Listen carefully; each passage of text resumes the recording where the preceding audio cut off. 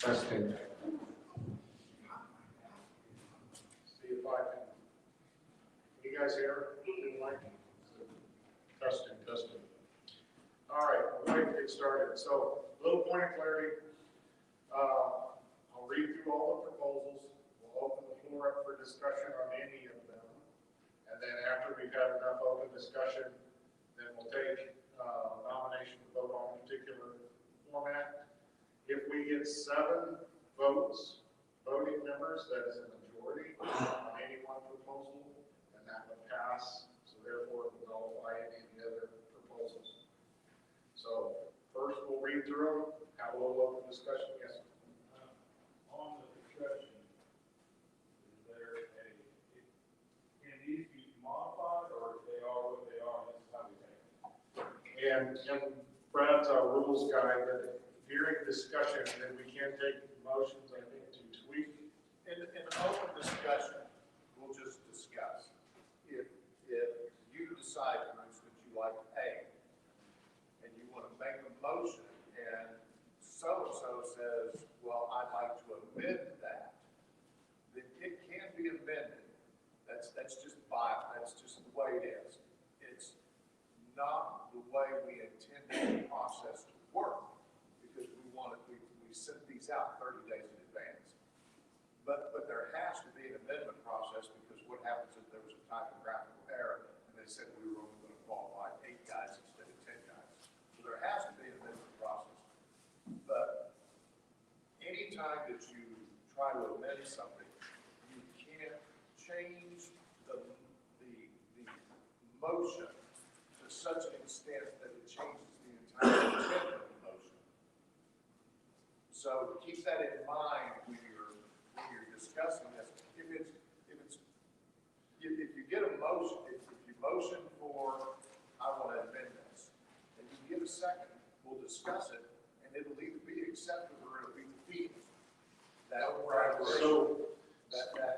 will either be accepted or defeated. So I'm going to explain at least what I think you said for those that are online. The proposals had to be in 30 days in advance. So during the discussion of a topic, you can amend them, but what you can't do is alter the overall proposal to begin with. So I can't say I'd like to amend this and scrap every item in here and rewrite a new one, because that defeats the 30-day ahead of time proposal process. But what you can do is maybe amend verbiage to maybe further clarify an item that's in here, or draw into more detailed description of what that really means. But you can't just say, I want to amend this and basically rewrite the whole proposal. So for example, if I were to say this proposal has 4 people in the tournament qualifying for the state team, you cannot amend that it's 4 people. Is that what you're saying? Because you can only clarify that it's 4 if you can't change it to 3. Is that what you're saying?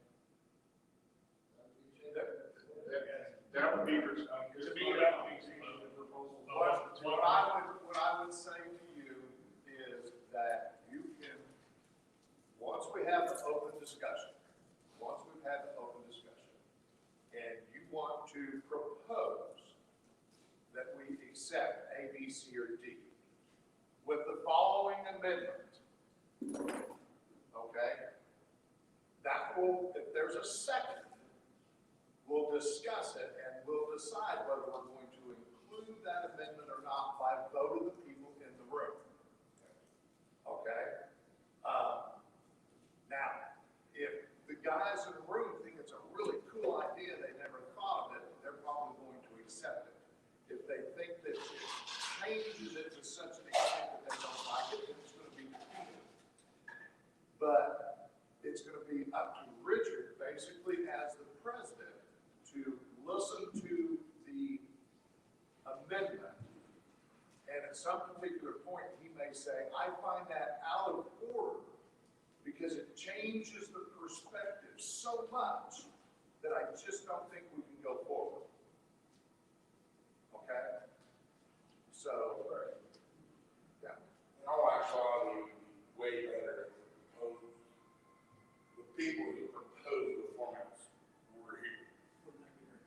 Well, I mean, they're not. Unfortunately, none of the three are here.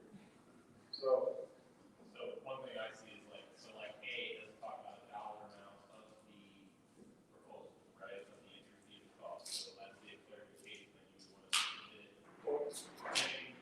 Yeah, why don't we That's just, the kind of thing you're talking about, right? yes, why don't we go ahead and have us, I mean, we can basically, if everybody has it in front of you, I don't know if you need to even read it. You can just- well, I do. Oh, okay, I'm sorry. There you go.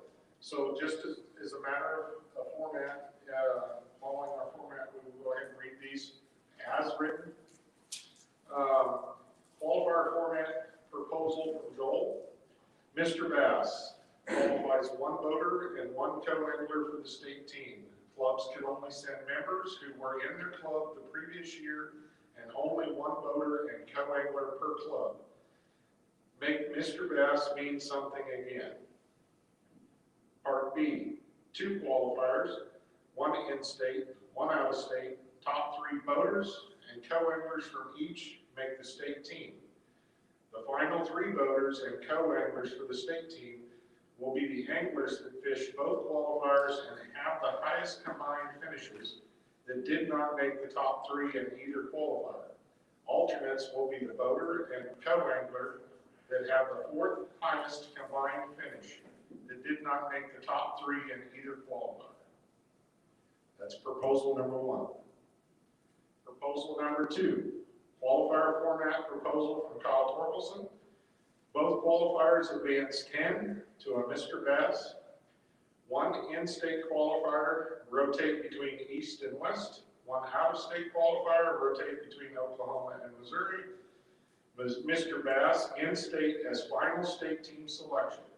If qualifier is in the East, then Mr. Bass is in the West. Reverse if the qualifier is in the West. Qualifiers cost $200 for voters and $100 for non-voters. Mr. Bass costs $220 for voters and $110 for non-voters. Participants that qualify and qualifiers have no entry fee. Roughly a 40 to 45 vote field for the state team selection. Select all 10 voters and non-voters at the same time. Proposal number C, qualifier format proposal from Chris Breminger. 3 total events. Tournament number 1 in state, date and location determined by tournament director and committee. Tournament number 2 out of state, date and location determined by the tournament committee. Top 8 voters and top 8 non-voters based on points. After both events make the state team. Points awarded after each weekend of competition. Mr. Bass stays the same and qualifies 2 voters and 2 non-voters just as we do today. And just as a refresher, current format, Mr. Bass qualifies 2 voters and 2 non-voters to the state team. Qualifier number 1, 4 voters, 4 non-voters to the state team. Qualifier number 2, 4 voters, 4 non-voters to the state team. Alternate will be the highest finishing non-qualifying voter that fished both qualifiers. So we can open the floor to discussion on any of the proposals. Question, Yes. what is the entry fee for Mr. Bass and what is the entry fee for qualifier? Same, 200 and 100.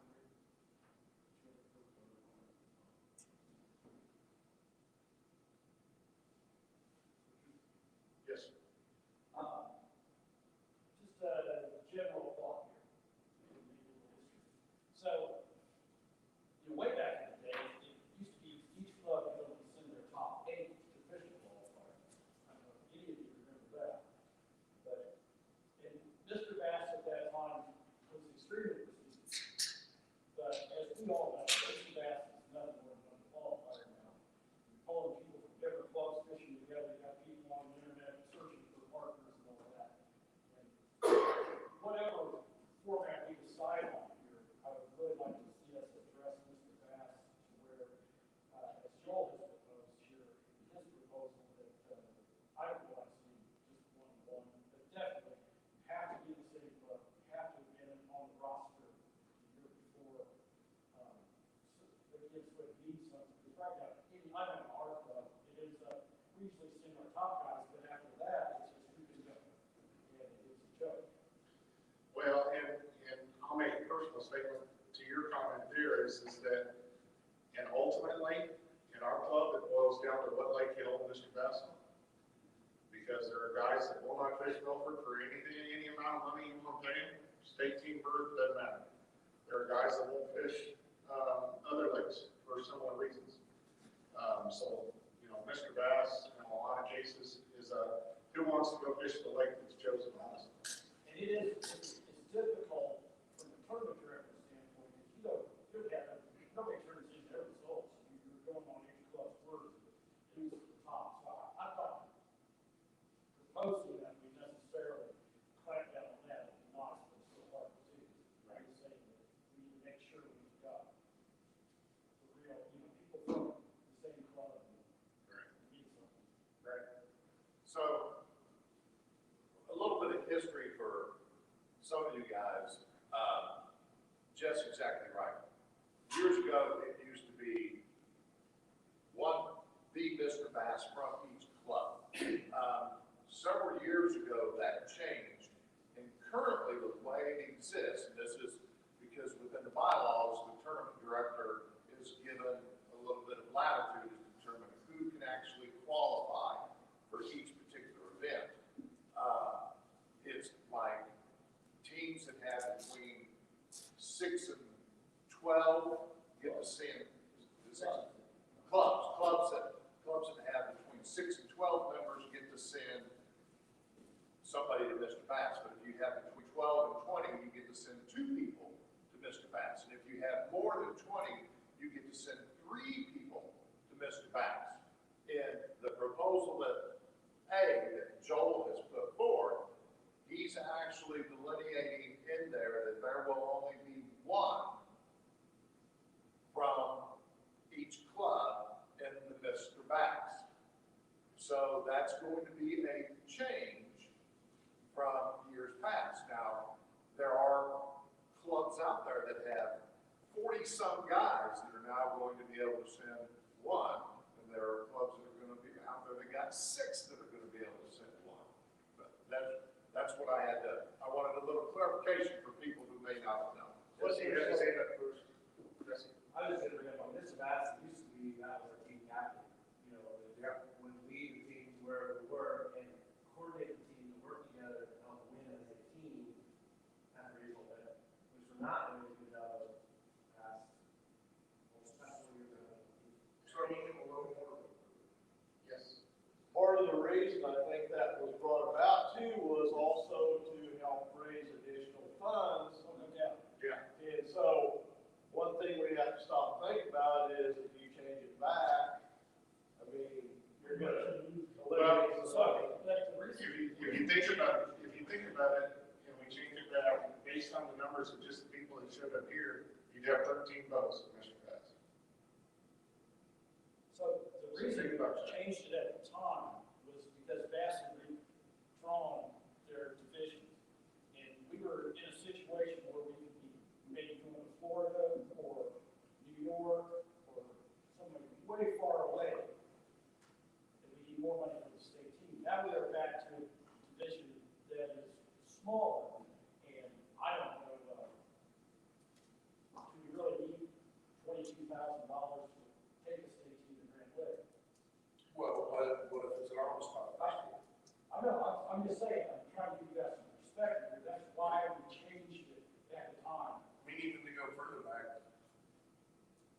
Non-voters were put on the server, and the reason why it became so difficult for Mr. Bass to be a voter-only situation is because probably easier now with all you vote captains, but you could qualify to go fish Mr. Bass from the top finisher in your club, but then you had to find an observer to go. And they jumped in another guy's boat and observed the fish all day. If he said, okay, you can fish, but Ron, he sat back there watching all day. And it was a prestige thing. That's what I remember. I've been doing this since I was 15, 43. I've been in it quite a long time, and that was always the highlight of the year was who won, who got to go to Mr. Bass. Right. So, I'm gonna, hopefully this is the last thing I say.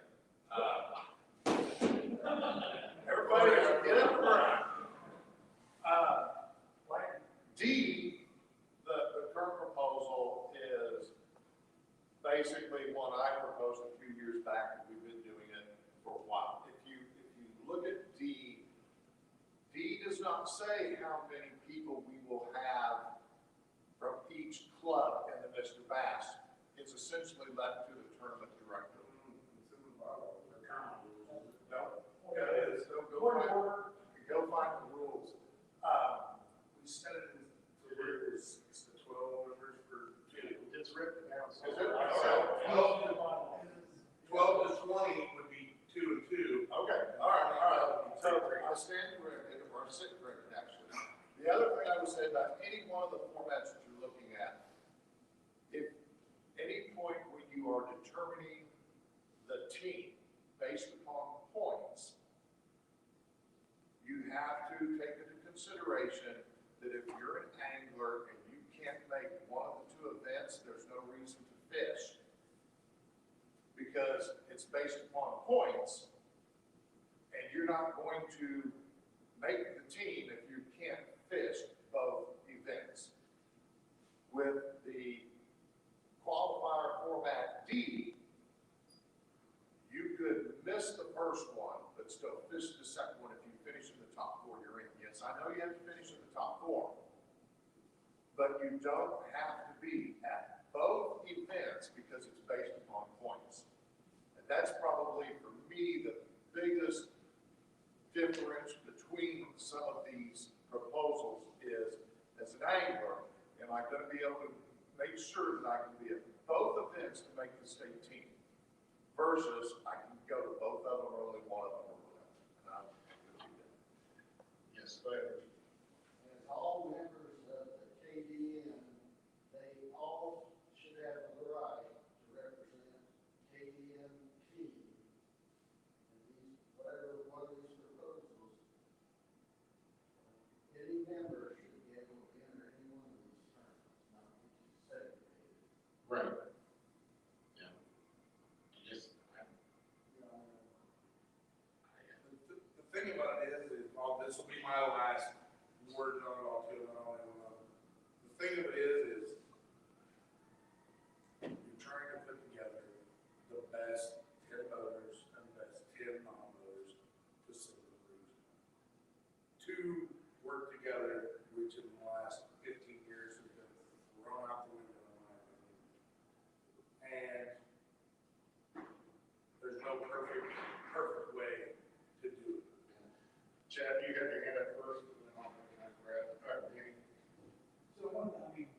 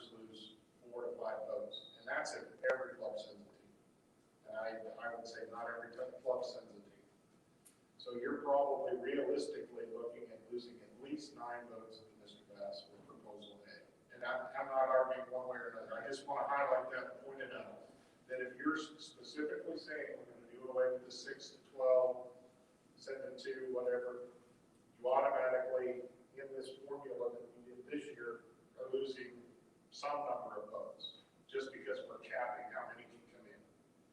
That is kind of, as I look through these proposals, that's the one limitation of that one. It does, yes, theoretically, make it mean something, but for that club that they're number 1, number 2, number 3 guys don't want to go because it's in Milford or whatever, you're still not going to get the best, even if you cap it just one team. Necessarily. Someone can make a motion on that and say, instead of capping at 1, put 2. But, Number, and that's all, everything else the same. so you, Get the number there.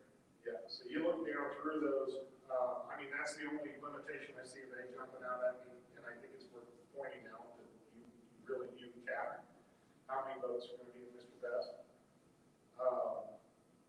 You know, I'm not going to argue one way or another that B is actually, with a few word variations, a proposal I had a couple of years ago, that I think there should be one term to determine the team. Different qualifying events to get there, but it forces you to be consistent. And I would make a case that that gives you the best team. I don't know that that gives you the most money, because this year's proven that this format's more money. But what are we really trying to do? Do we want the best team, or do we want the most money? And that's up to you guys. I just, to me, I think if you make everybody fish, well, guys fish qualifier to get in, or Mr. Bass, make Mr. Bass the championship to set the whole team. You theoretically get the guy that's the most consistent is going to do the best. Theoretically. I mean, really, also, it's kind of confusing because it's saying the top 10 out of each qualifier make Mr. Bass, and then other people can enter in Mr. Bass there. Well, you still have your, you have your clubs can send their best guy. If he didn't qualify for the qualifier, they still get to send their best guy. Or 2 if they have 6 to 12. It's combining the Mr. Bass, it's combining Mr. Bass and the qualifier championship together. Yeah. Why Because would qualifier the top championship, guy in the club, why would they even fish the qualifier? See exactly. you wouldn't necessarily have to. Yeah, you wouldn't have to. Yeah, you're right, you wouldn't have to. So there's pros and cons for each. So, actually, item 3, C, stops the jackpot, but still gives you a strong team, because you're better anglers than the qualified and the 2 qualified. I think you're absolutely right. In my opinion, I think you lose a lot of money that way. If you guys have just a really bad captain, they don't make that day. If you're 30 votes or whatever, 25 votes, and you take second to last, I'm not gonna go fish the next one. Yeah, because you're not fishing for any. That's where you're gonna amend that though, because that was a dollar amount. So your fee change, you basically pay for both of them. But you can't fish both of them, you have a fish either. Right, if we're gonna give it. Yeah. So, in borders down, what is the real purpose of the state and maybe what we're doing? Yeah, that's why I wanted to point out is our goal to produce the best team? Is our goal to produce the most money? Or something in between? And yes, I'm sorry, I forgot all your time. Because what I'm gonna say is not gonna be a real popular thing. And I'm gonna stand right up here with the city. We're getting off beat a little bit here about,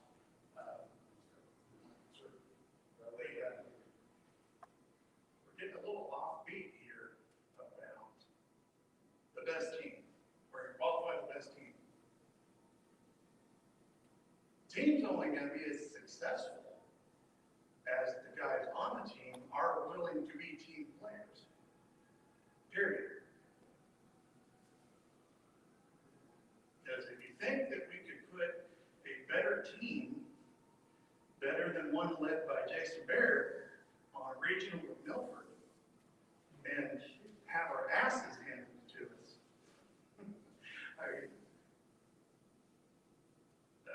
I took time off without pay to go to that region,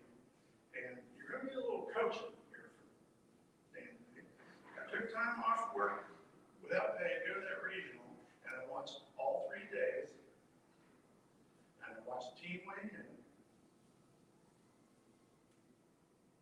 And after they weighed in, Jesse stood with me, and Richard. Jason was the first one in and the last one to leave. And maybe 2 or 3 other people for a few minutes. And that was it. I was embarrassed. I'm standing there watching Colorado, who won the event. We let Colorado come into our house and kick our ass. I'm watching them. They're all high-fiving each other. They're, granted, fishing's terrible. We all know that. But you're still there to represent. And I watched Colorado. They're all like, how'd you guys do? Well, did you get bit on this? Did you get bit on this? Did you try this? And they won the event. And they took home $5,000. Reality, when we go to the regional, is there's 2 people on that team going to go on no matter what. If everybody blanks, there's 2 people going to go on no matter what. So we're getting all wound up about how we're going to qualify the best team when really we need to focus on being better teammates. Because I can tell you that as a youth director, I went to a bunch of the divisionals. I mean, back when my son was high school, and the kids got to go to the divisionals. For about 3 years in a row there, Louisiana reeled off like 3 wins in a row. One was, yes, in their home state, but they won like Mississippi, and they won another event. And I can tell you, every day after the tournament, they were all standing in the parking lot telling each other exactly how they caught their fish. Exactly how they caught their fish. I fished a simple division that we follow on there back 2014. We all had team meetings that night. And in the end, when it came out on the final on day 3, the guys who were catching fish on what they were telling everybody else. It was pretty pathetic. They were repeating this bullshit. Yep. And I think, That's crazy talk. that's crazy talk. I think that's Danny's point though, is that, we have guys that are willing to share information even at their own detriment if we want to win the team part of it. that's true. Nobody talked about anything. Yeah. So, We're all sitting in the parking lot and they say everybody's closed. Not But talking. everything was put away. Nobody would say this or that or anything like that. And for a lot of people, it's the first time on a school event. But I And would for some rather, of them, it wasn't. I would rather have nobody tell me. anything to tell you something that wasn't true. Right, you know what I mean? So, hey, one question on number A. You're talking about, one Mr. Bass, qualifier for each club. Doesn't that violate the tournament rules if that's the case? Would you have to change the bylaw or the tournament rules to actually adhere to this? No. No, because you're voting on it. I mean, that's essentially what we're doing by voting on it. So the format changes every year. Okay. That's not a bylaw. Because I know we were discussing, The only thing the bylaw says is. So, I guess- So is there any other specific questions about any of the items? Yes, sir. I got a question. I'm new to all this, but I've been around long enough to watch everything go down in chat rooms and everything. I'm talking to guys. What I've seen, the biggest deal is there's 2 camps. There's guys who believe we're from Kansas, tournament should be in Kansas. And there are guys that are in the camp that, well, if you want to go to one of these big tournaments, you got to fish a lake where you can fish a pattern and fish 3 days worth of stuff. So my question on D, C, whichever one, who is the tournament committee and when do they decide on it? So let's say I wanted option D. Who decides then if both of them are held in state or if you choose to go out of state?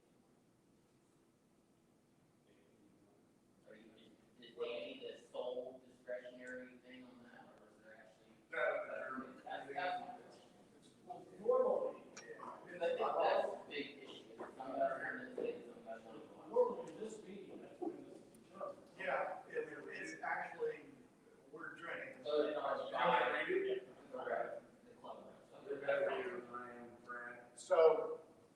so the tournament director in our bylaws is given the ability to make certain decisions, okay?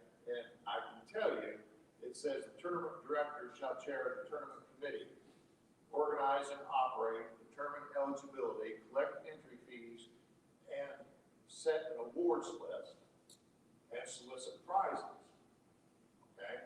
With final authority of the proper conduct, procedures, qualifications, and other matters regarding the orderly conduct of our tournaments.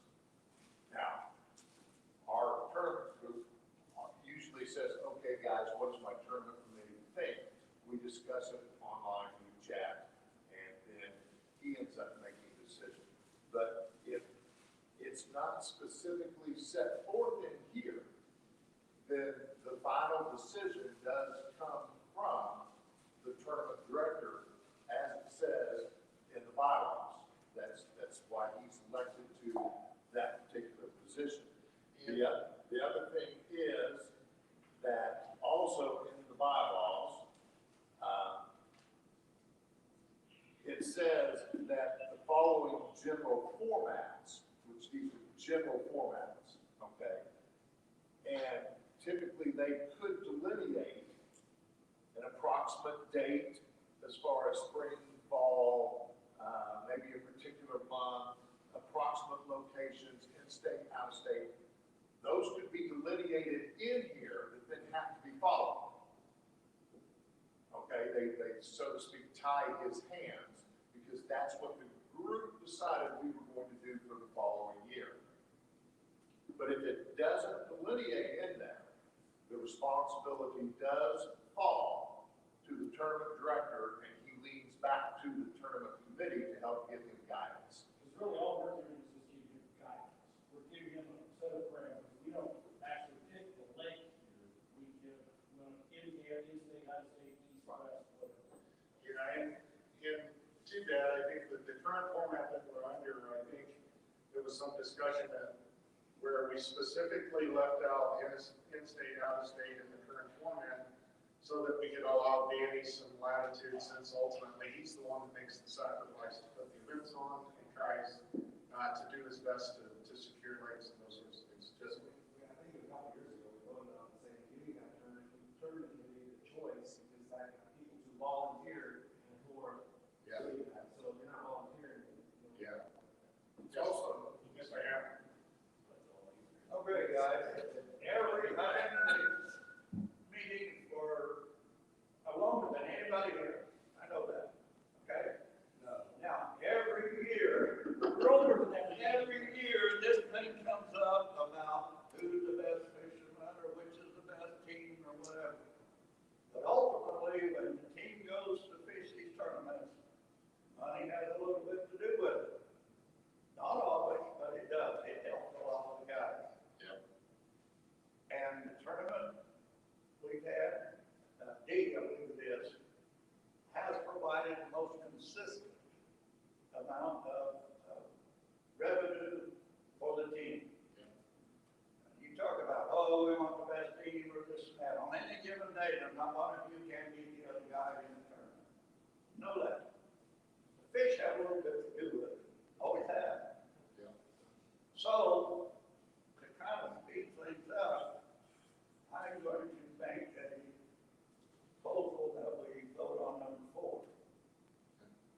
Prior to going back to 1, 2, and 3, or A, B, C. So, I'll second it. hold on just a second. So, at this moment, if nobody has any more particular questions about the formats, if we're open discussion, yes. Okay, so, just a few statements, this is coming from, the people that I represent, I guess, or some of them at least. A lot of the thought of why, people don't want to fish 2 tournaments is that it's time consuming. And it's expensive, because they're fishing AIAs and ADAs and all these other things.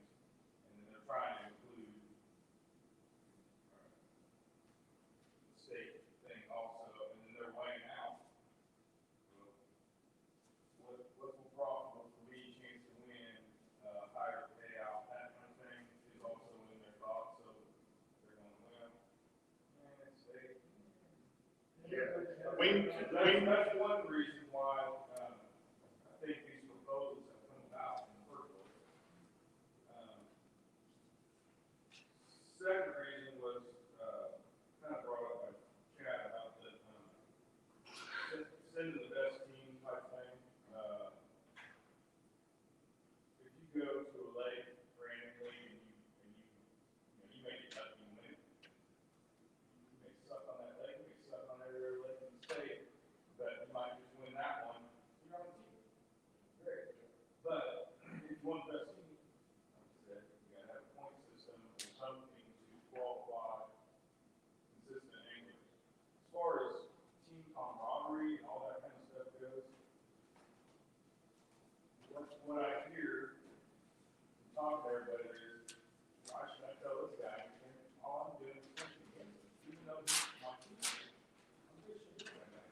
But in regional, you're fishing not only for yourself, you're fishing for a greater Pride crowd. is for what? I'm fishing for pride, nobody care about that, all they care about is if they're gonna get to the classic, or they're gonna Exactly. Well, That's there's, and to your point, there's guys that care about and the honor of Mr. Bass. There's guys that only care about making money. And we're a grassroots organization, quite honestly. If they're fishing some organization, I don't care. This is for KBN. I represent KBN. I don't care what ADA does or nothing. And that's point blank. And that's not my point, though, with their, I'm just saying that So, people are picking what they want to do according to expense and time. and they will. That's not gonna change. It's not It's gonna been that change. way for 20 years. And to your other point, every year we get 3 or 4 proposals very similar to this, and it always gets voted on. Everybody brings it up. But if the current method was working, then why are people proposing? You give them a chance. You It's give in the them Bible. a chance to do it. So I've seen it and I'm new, and I already seen it. I mean, I'm new, I've been out of it for a while and things like that. You're also the people that let them know. They think they're the better anglers, they want to do a point system. You're always going to have a difference of opinion. You got the guys that are blue collar workers, they'd rather go fish the Arkansas or Missouri 10 people qualified format than fish ours. Okay, guys, let's get back to what we have. Are any more discussion particular to these proposals? I don't care necessarily if it isn't based on a proposal. That discussion's over. I want a motion on the floor. I've got you. We're not gonna go past that. I just have to close discussion before we take up your motion. I don't know if there's an answer or not, if there could be an amendment today, instead of just reading that one, if we could say 2 or 3, and be that number across the board. So We can make amendments if we take up a motion to vote to talk about that proposal. I think these members did a great job putting these proposals, they care about it. Oh, absolutely. I think they're not here to defend them. Yeah. Our Unfortunately. bylaws don't say he has to be here. Right. Right. But if the items aren't done about something, If we do, the alternate, I would like to see the voter and co-anchor. We're gonna tweak it. Oh, you're talking about the alternate? I think it's actually written into our rules that the second alternate is always the president. The president has to be there for the nation meetings. So. Yeah. So, if there's no more discussion about the particular proposals, because we haven't gone into amendments yet, I do have a motion and a second to vote on keeping the current qualifier format. Is that correct, Mr. Hamel? Okay. So, to clarify, all we need is 7 votes for majority. If we get 7 votes on that vote, there will be no discussion on any others. That will win. Okay? Just as a point of clarity. And if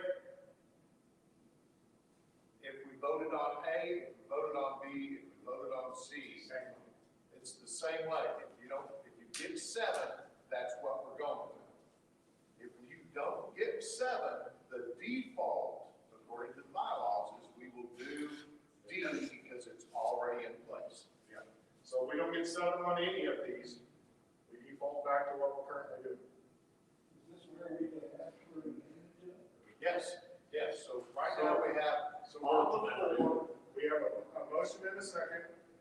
discussing any potential amendment to D, if we choose to do an amendment to D. So, would an amendment to change it to a single format instead of two be? That would be two radical, yes. I tried.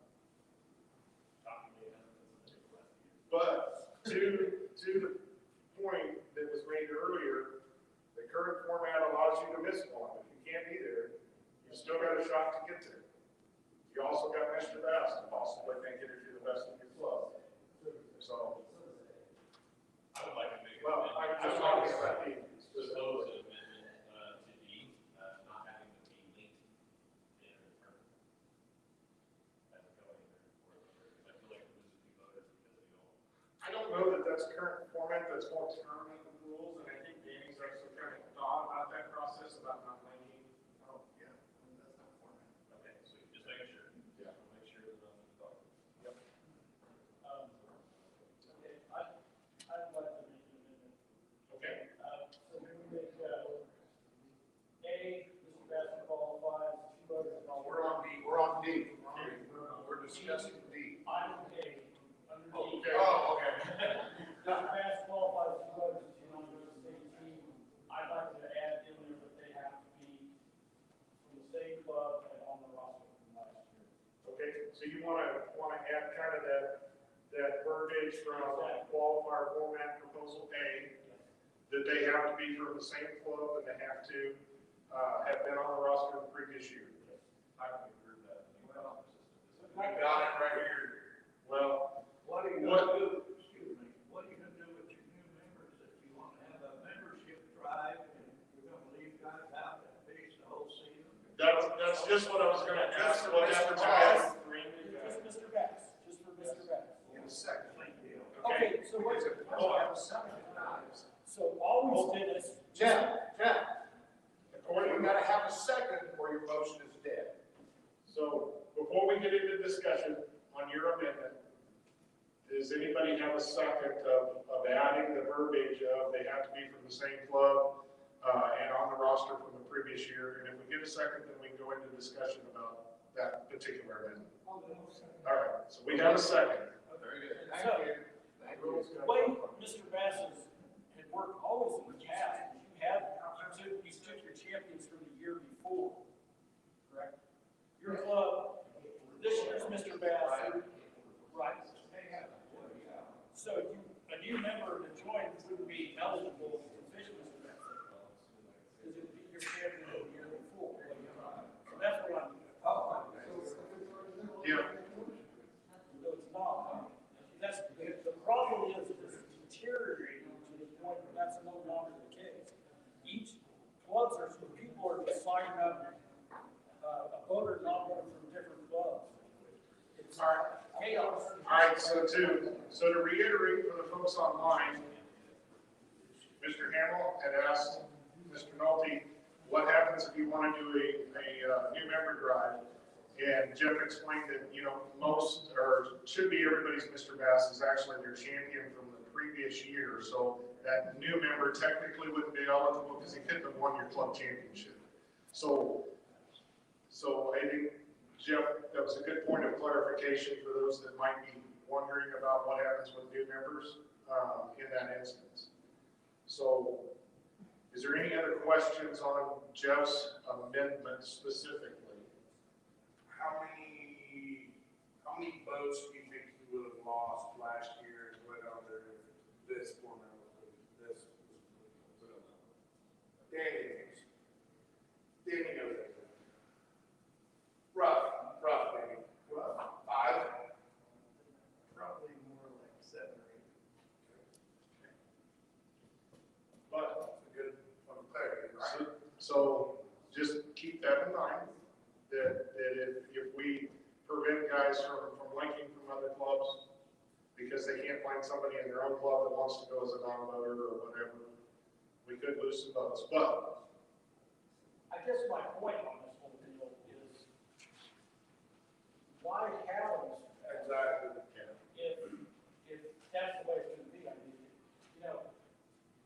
again, I hate going back in the past, but when I was tournament director, I proposed to eliminate Mr. Bass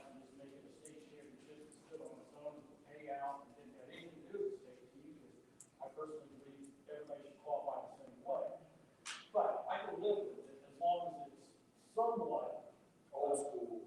yeah, you know, it's just another qualifier right now. I really didn't think he was gonna say that. So the thing is too about this losing votes is that we don't know. Because some guys who fish Mr. Bass aren't going to fish the qualifier, and it's all mixed up. I agree. So at this point, I think where we're at, yes, You know, until I came to Kansas, Mr. Bass, I've never even heard of that before I got here. I don't know anybody else that does. It's the old school. It doesn't make a difference. It used to, I don't know, Dennis, it started right back in the eighties. You're better off having two qualifiers like you have there without having to like, number A. you'd never get that fast in Kansas. Though. There's too many guys that cherish Mr. Bass. We tried it fast. It's never happened. All right, so now where we're at, we need to take a vote on adding the amendment to D. We've had discussion, we've had it proposed and seconded. So all in favor of adding the verbiage, Mr. Bass guys have to be from the same club on the roster from the previous year, both voter and non-voter, or co-voter, or whatever verbiage you want to use. All in favor of adding that verbiage to D, raise your hand. And hold your hand up so that, Brad, 3, 4, 5, 6, 7, 8, 9. Go ahead. Raise your hands again. 1, 2, 3, 4, 5, 6, 7. Did you get these done? Oh, no, Richard, I got the vote, Richard. And Rick, okay. 9. so by my count, that's majority. Yes. So we have now added that verbiage to D. Now, we have a Pass. All opposed. all opposed? One. 1. Yeah. Yeah. Just the verbiage. Yeah, that's it. So now we have a motion and a second to take a vote on the current format, D, with the amended verbiage. So all in favor of keeping the current format as it is with the amendment of the verbiage for Mr. Bass, voters and non-voters have to come from the same club and be on the previous year's roster. Raise your hand. 1, 2, 3, 4, 5, 6, 7, 8, 9, 10. Right. Somebody else want to double check? 10. Pass. Yeah, right now. All those. All opposed? All opposed. 1, 2, 3, 4. Oh, wait a minute, we got 13 club members, so we That's why I got said- 4 guys. Yeah, why I said that, you have to raise your hand. Voting members. Voting members, all in favor of the amendment, voting members. What? This is 4? 4. There's some, The same one you just voted on, yeah. You're gonna raise your hand. only voting representatives. 5, 6, 7, 8, 9, 10. 10. Okay, all opposed? 1, 2, 3. There can't be 4 of you. Jeff, did you vote on both sides? Dennis isn't, No, Jay voted Oh, yes, okay. I'm sorry. Okay. So by my count, And there can't be 4 of you, there's only 13 clubs. is that correct? Right. Okay, so the format for the going forward year is option D with the amendment that Jeff proposed and then voted against. Brad taught me well. Mr. Bass qualifies 2 voters, 2 non-voters to the state team, and the Mr. Bass representatives, both voter and non-voter, must be from the same club and on the roster for the previous year. Qualifier number 1, 4 voters and 4 non-voters. Qualifier number 2, 4 voters, 4 non-voters. And the alternate is the highest finishing non-qualifying voter that fished both qualifiers. Okay. Now, What about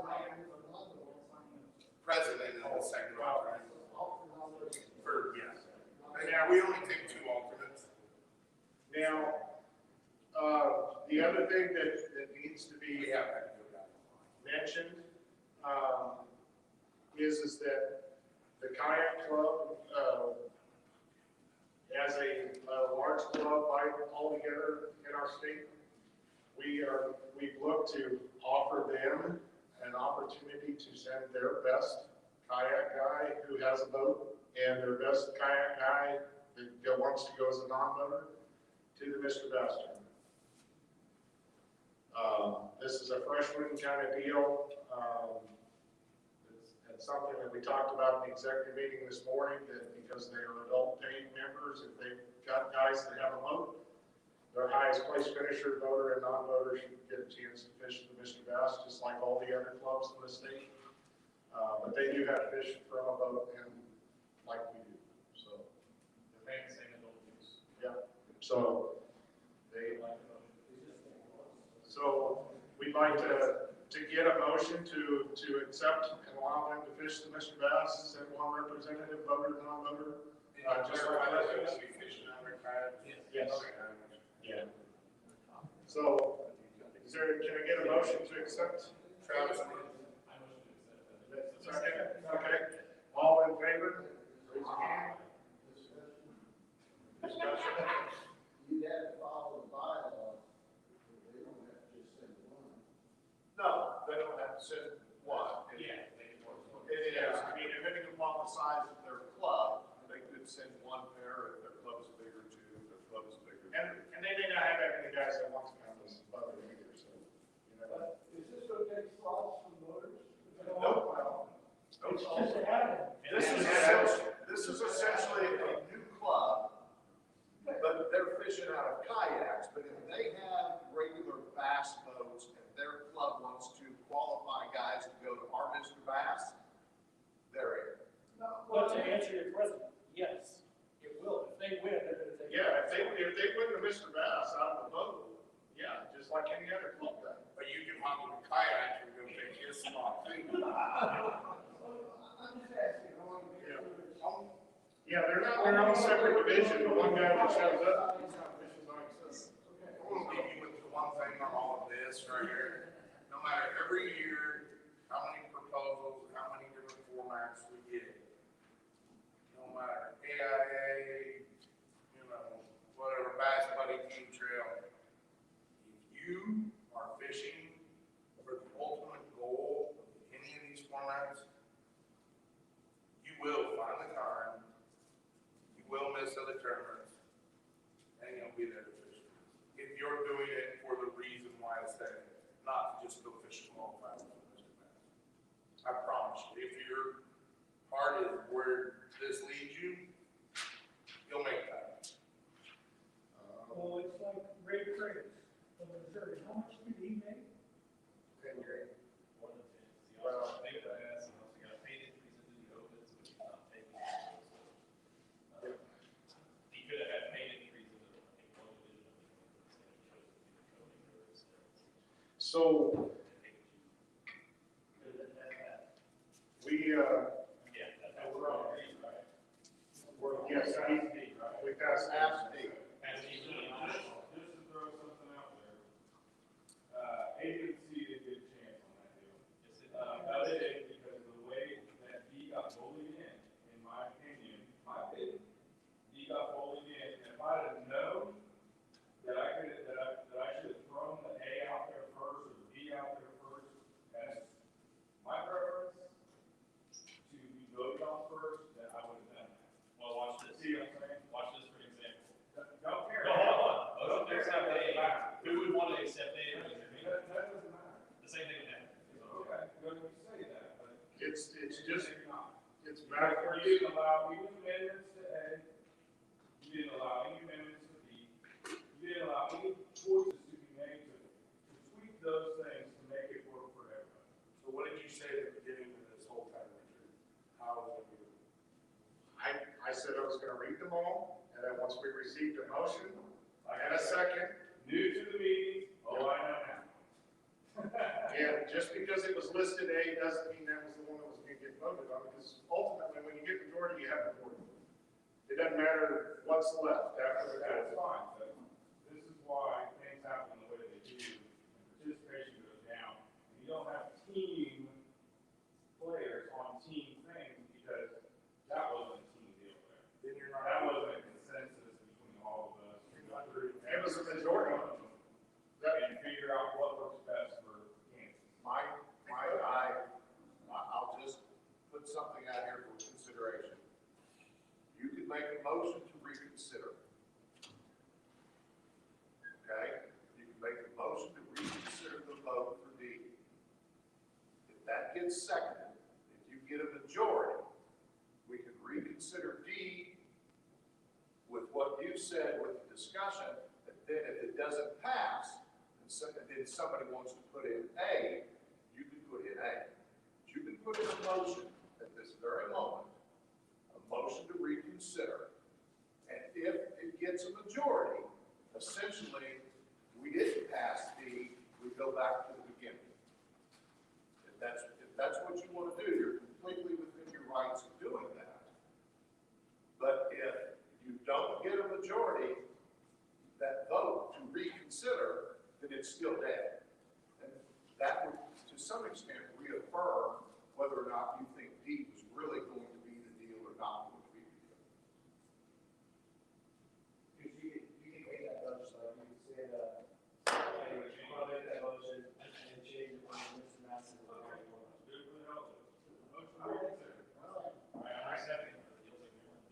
Okay, so is there any discussion? Is there a particular one of these items that you'd rather have a proposal as an open discussion? Yeah. And then,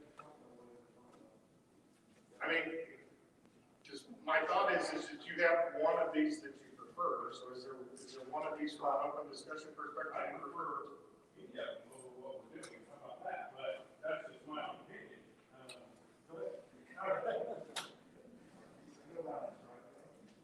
All right, so obviously, as we discussed earlier, D worked great. A is essentially the same thing, guys. I mean, yes, there is maybe an amendment we can make or a change we can make to, option A, line item A. That would help ease a lot more people, get a lot more participation in Mr. Bass.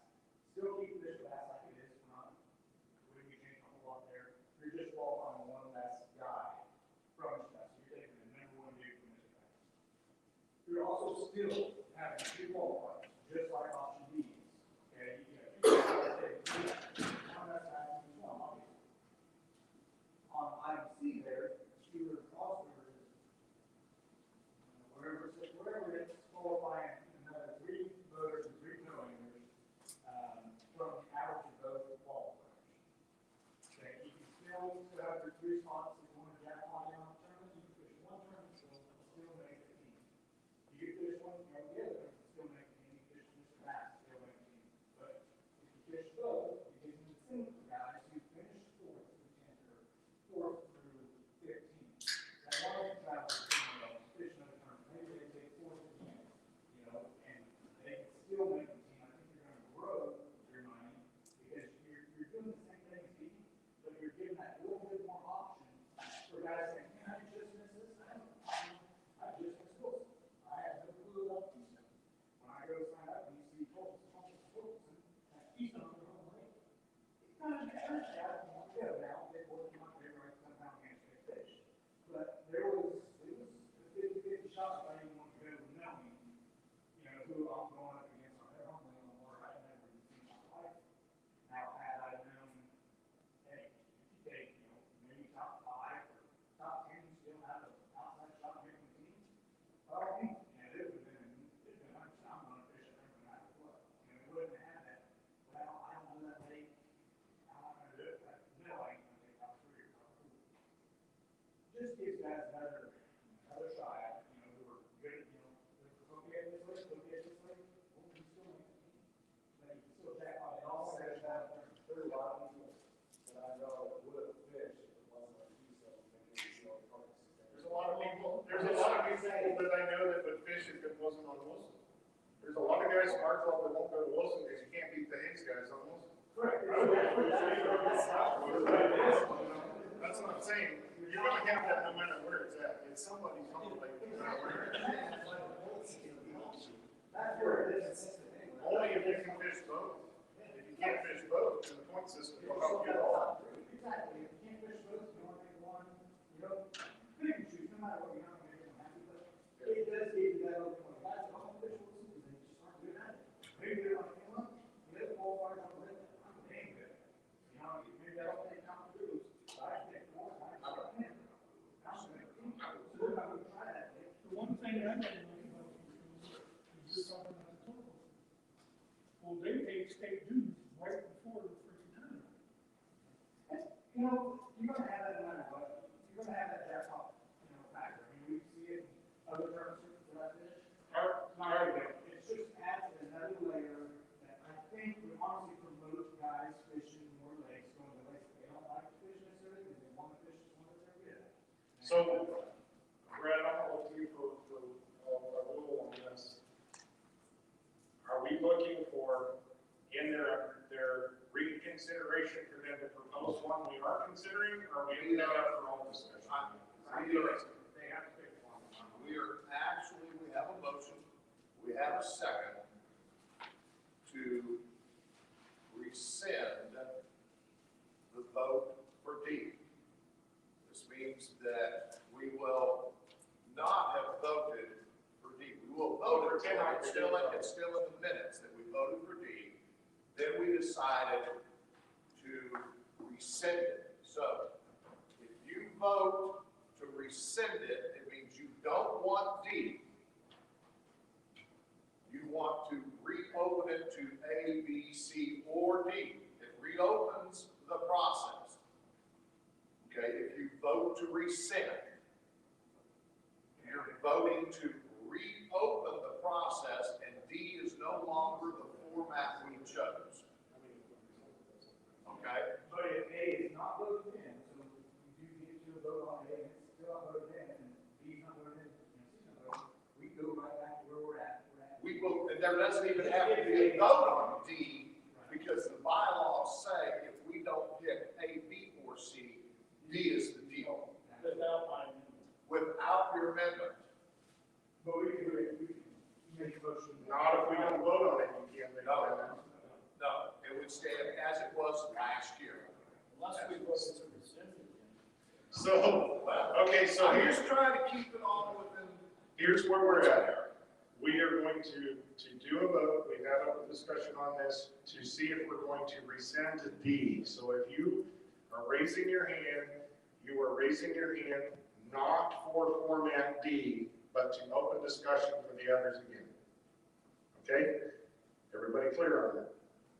All right, hold your hands up too for the vote so that Brad can get a good count on the record. To rescind D, vote with your hand up. 1, 2, 3, 4. 4. It does not pass. Then you gotta have opposed. And anyone opposed? Opposed. 1, 2, 3, 4, 5, 6, 7, 8. 8 to 4. Somebody abstained. And that's fine, they can.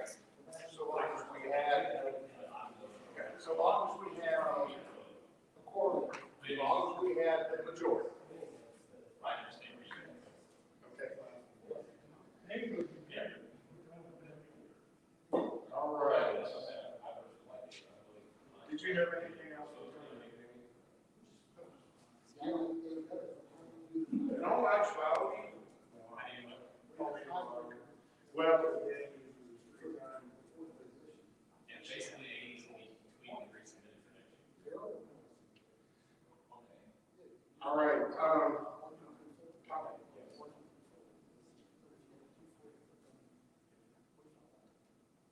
Mike? Basically, yeah.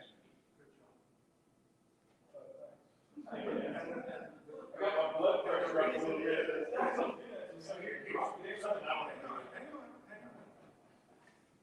well, next year you can run for a tournament, right? this is my way, I was so wild. When I got up and left, I wasn't mad at you, it's the same old song and dance every 5 years. That's my right. Nobody's trying to screw it. You have a. It's just going through the process. And we get I don't know the process, that you hear thing, and, you know, I mean, me and you talk, and we have a, you're the voice for Sand Hills, unless somebody else comes in and does it, so I said I could. So, it's not fair to you, it's fair for director, and club director, you know what I'm saying? It's like what I said earlier about these volunteer jobs. We, for a couple months ahead of time, we're thinking about all the crap we have to talk about. And you got tunnel vision, and you come in here, and this is the way it's gonna be, and this is what I gotta say, and this is how it'll vote, and blah, blah, blah. And we get so lost in the process that we don't listen. But, you know, so, thank you, Susan Remote. Travis, Yeah, I was just gonna say, like, so, like, A obviously was the second favorite, so the person like Joel that submitted it, honestly, it could have gotten voted in. Like, I personally like Dave, but I didn't vote for it, so I voted for how I should vote, right? That's the same way with me. Yeah, I'm voting for the majority of my club. But what A doesn't talk about, or in control, or these proposals in general, is there's not all the fine print. What happens in a tiebreaker situation on the point system if we want to go to a point system? So don't discourage from submitting a proposal next year, but let's have all the ducks lined up, so that way they get that one I out. thought that's where our amendments came in, you can put the fine print in, add to it, you just can't take away from the scope of the thing, so those could get added really. It's easier to do it. One more quick. We're representing clubs, so we take votes out of club meetings, and guys, we have the option for you. We're just speaking. So when my club voted on this, they're like, what is this, what is that, what is this? And I can't tell them an answer, because it's gonna get amended, and it might be completely wrong, they're like, then we'll just stay with you. Yeah, I mean, so if they submit a proposal, all my friends, actually. So now that we've voted D in, can we still make amendments to these and vote it as, now that we know what we're doing? Because before we didn't know what we were doing, and now that we know what we're doing, now we hope we can actually make it better. We made an amendment, Jeff's motion to amend, and that would have been the time to add additional amendments to the, now that it's been voted for. Now it we're says at it year, is. where that's it. Yeah. It's so much fun we're gonna do it next year. Yeah. And you can submit your own one next year, too. Yeah. There is an issue with that. You gotta know. Well, you can't, So I get it, that's one thing that I would say about communication is, I never seen an email on anything. I never heard of anything, and when I discussed it, I actually asked, hey, when do we have to have these proposals? And when I seen it on the ABN Facebook, post, and he said, yeah, it was posted a while back, well, I don't see every single Facebook post that's put up there, sometimes that's just, well, and I missed the date to put in my proposal. So, I mean, well, I heard of other people wanting to propose stuff and never saw proposals from them either, so. There could have potentially been 4 or 5 others based on the conversations we've had to ransom people. Just to let you know, it wouldn't matter how we do it. well, we kind of discussed that 2 years ago. Mike, 2 years ago, we had like 6 proposals. And what we decided was we would vote and take the top 2 and put, because there were just so many of them. We were probably close to being, almost being to do that here. You see what I'm saying? But it's one of those things that, how do you do it? If we get 15 proposals, how do we beat them down to what's going to be the one? Because, again, we'd be here for 5 days if we allowed every single possible amendment to every single possible format be thrown out there. That's why at a certain point you have to say, no. That changes the perspective of it too much. It's a tough deal. Real quick, another thing to take into effect, guys, is if you look at the bylaws on our own website, you know, the nation shall recognize and reserve the following meetings annually as potential qualifier days. And Jamie tries his damnedest to get them on those days.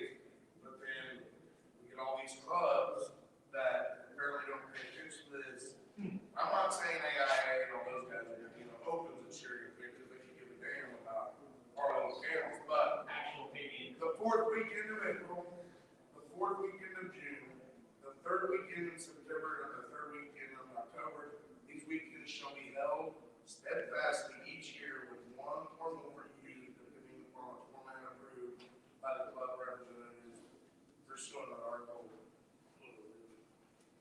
or Section 1. And your question, comment? I've got to hear everyone else. I wondered if they'd like to hear the opinion of the attorney. Yes. Were I to propose my own, hey, back up and let's change gears. I would have chosen Pete. Personally. As the tournament director, as Jeff alluded to,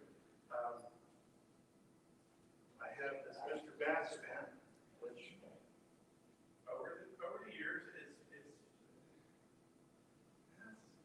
more just a qualifier that not everybody gets to hammer, which is kind of Richard Kiplinger's point about Mr. Bass. I like B because if you were your club's Mr. Bass, you don't have to fish anything else but Mr. Bass to make the team. There were two options. You could fish the in-state qualifier or the out-of-state qualifier, or both if you didn't make the first one. And basically, to me, if we're going to give state team spots out of Mr. Bass, it should be more meaningful than just a smaller qualifier. You know, Mr. Bass should be the championship with him.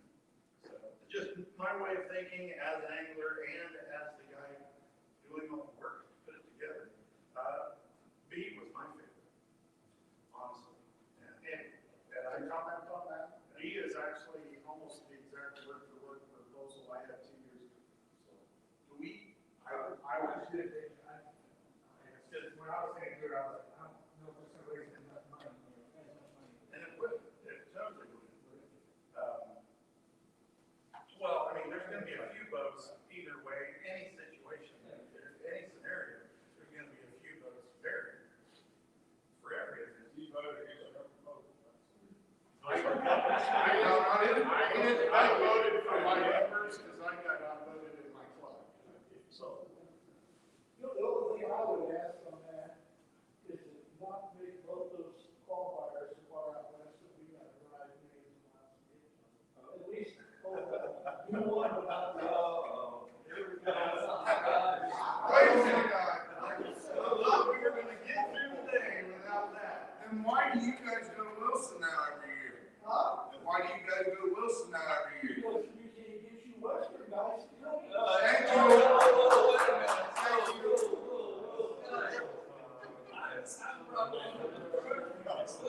Our western guys.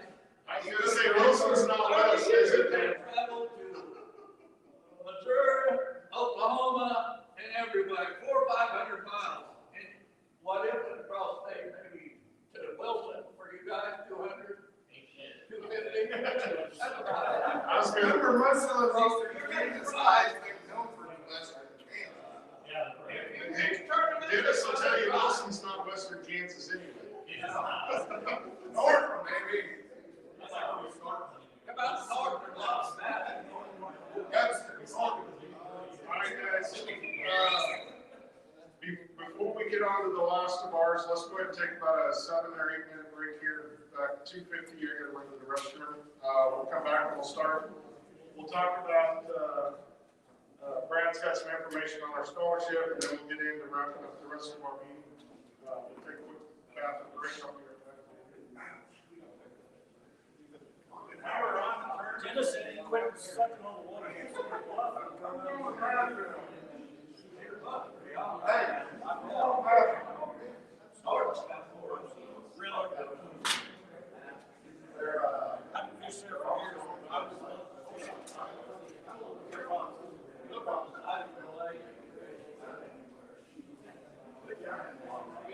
Jimmy, why you been? Still have a lot of grass.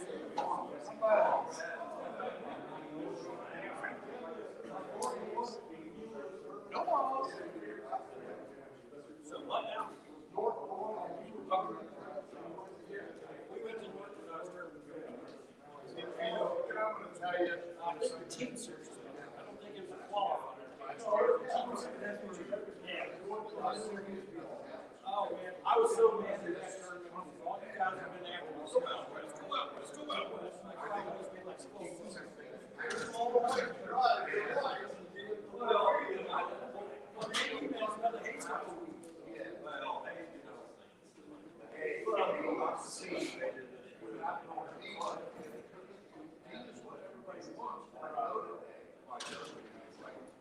it's tough.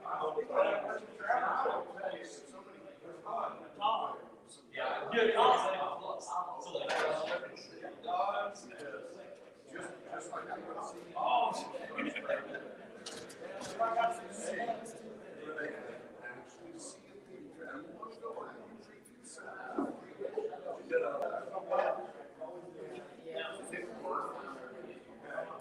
But I want to make sure. Yeah, I've seen it on the Facebook. I have a lot of them. You know what, you guys?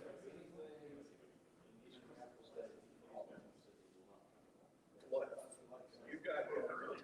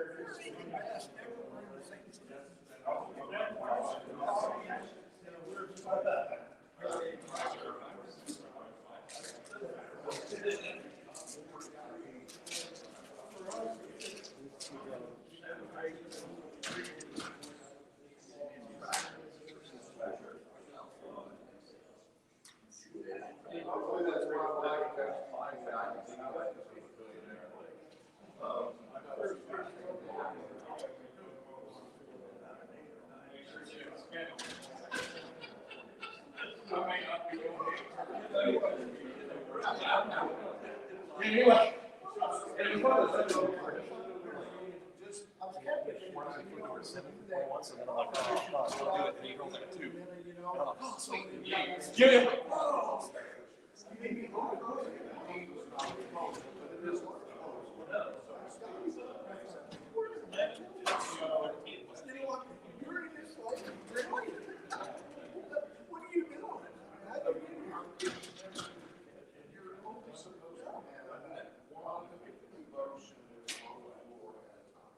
I'm not supposed to be able to say, I make a motion, you say, hey, if he says I make a motion, include the consent.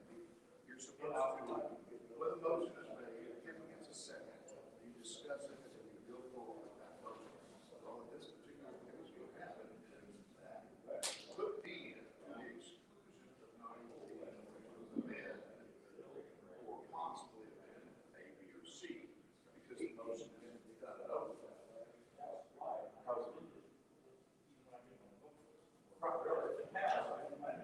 Right, and so, I guess going forward, I'd like to see you guys like. I would like to try and figure out a way.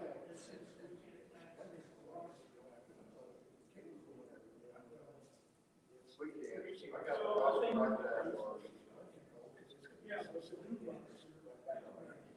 I got the problem right there. And see, you don't, one of the 22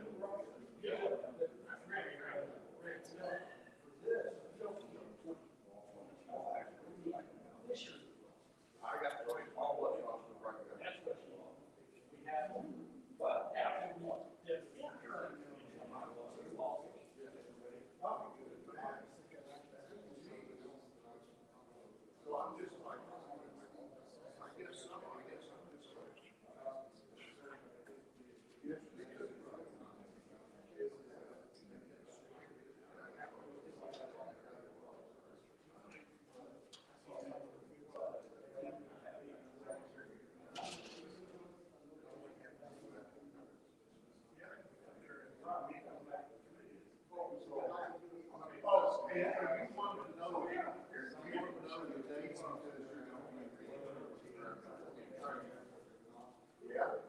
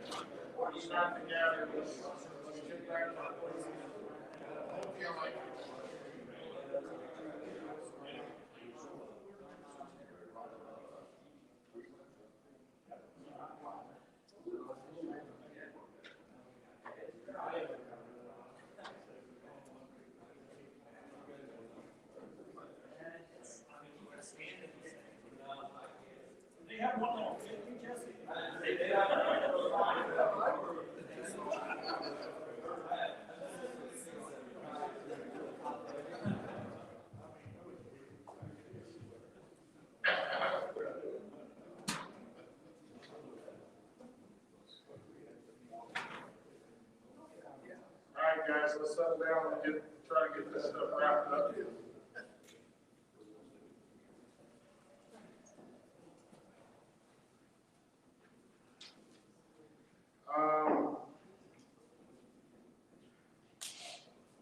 Next thing under unfinished board business, I think is where we're at. Well, I guess, yeah, we'll talk about that in another category here in just a second. But unfinished board business, one of the things that we talked about.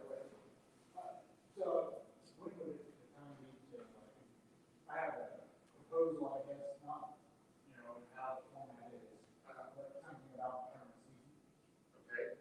and off limits period.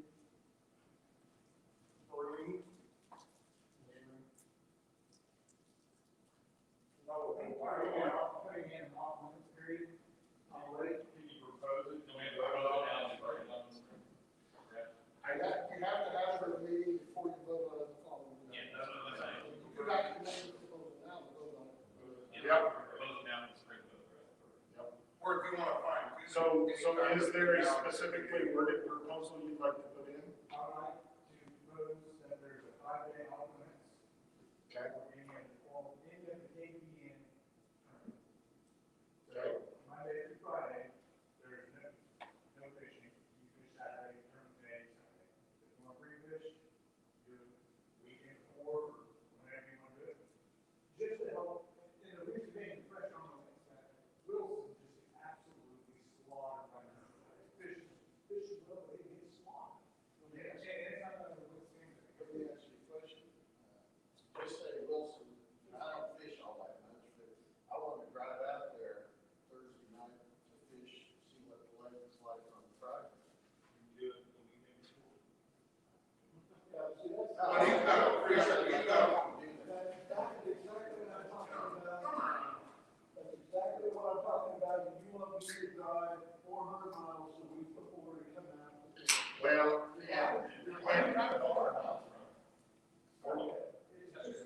so we have a proposal for consideration for the spring meeting.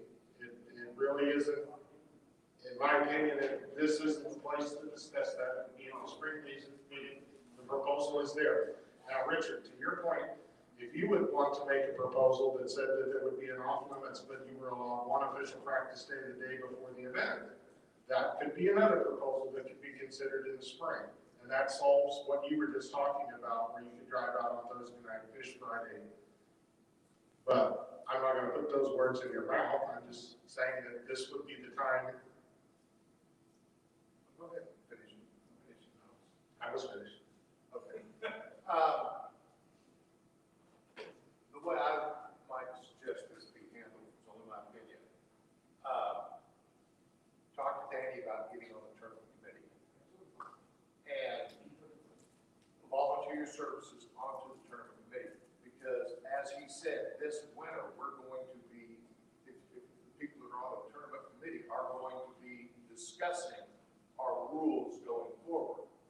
And I think that would be the place, because then the tournament committee could report back at the spring meeting and say, these are the suggestions of the tournament committee, and it might hold a little bit more weight than one particular individual saying, I think we should consider this. It comes from a committee, and the other people in the committee can help bounce those ideas around, and we come up with the best possible idea and bring it back to the spring meeting. That's what I would suggest, and if you volunteer for him, there could be up to 9 people on that committee, and certainly, I'm on the committee and have been for years, but if it meant including you, I would step away so that Danny could have, as he said, some of that fresh minds and fresh ideas. I would most assuredly really willing to do something like that, because that's what we need within our organization. Oh, by the way, Chad and Mike are on the tournament committee. Yes, Jeff. Brad and Chris, come on. So, I'm a huge fan of off limits, especially at Wilson, but this is the problem about putting the 5 on it. If we go to Graham, we don't need an off limits. If we go to Lake Yogo, we don't need an off limits.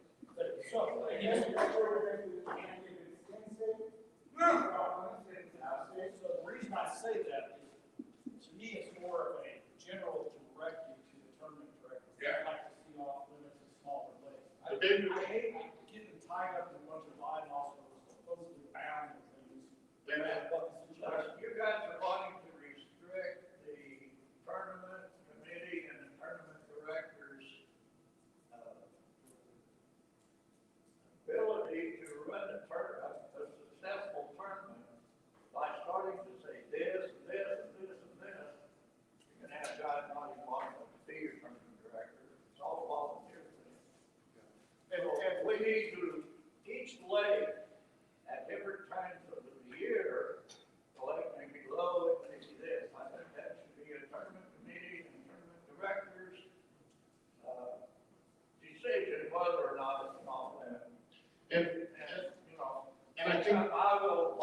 to be on the tournament committee also. There you go. So I, That means you're also in the youth committee, right? Brett, And a little bit of clarification, when we talk about the bylaws are just almost etched in stone. Okay, so a bylaw, if it's written in there as a bylaw, you can't change it until the next year, and by a 2/3 vote. A tournament rule can be changed by a 50-50 vote at any particular meeting. And that's where I think coming back with the tournament committee and having them, Danny's idea, to have them review the rules. so I'll shout all those discussions and that sort of thing, and have one unified proposal. we can Because bring Dennis is, Yeah. Dennis is absolutely right. Putting it as a bylaw puts this huge restriction. I don't think anybody was suggesting it. Okay. Yeah, we had a sentence, something more of a suggestion of, can we use this as a tournament basis? Could be a season by season, or Yes. however it works out best, depending on schedule. And the only comment I would say on that is that, from some of the tournament directors that I've talked to through the years, is the hardest thing about off limits is enforcing it. Who's gonna be sitting out in Wilson for the 5 days beforehand, making sure nobody gets on the water? I mean, honestly, Maybe a light. that's the hardest part about off limits. But I think it's different because, this is an organization and we have honorable people doing honorable things. If you get caught cheating like we had a guy in Missouri, I mean, you can't fish another tournament. And to your point, I and Mike Turner disqualified ourselves from a team event, the Kansas Buddy Bass event, because one day he called me up on a Tuesday and said, hey, let's go fishing. It's a nice day. I said, all right, well, you take me up. So he came and got me, we went to Perry, and then after we got off the water, we realized we had a tournament there that weekend, and we had to call Mike McKinney and say, hey, we screwed up. It was our fault. So there are honorable guys that wouldn't do that, and I'm not suggesting there aren't. But that is ultimately the hardest part is, then you got accusations going around saying, oh, well, it was 15 minutes in there. How do I know he didn't launch up the river and fish up the river all day long? You just don't know. Yeah. The rules have the guidelines, how many fish. So, okay, so sounds like we've got guys that are gonna be part of the committee. Have some discussion on that, Andy. Your comment?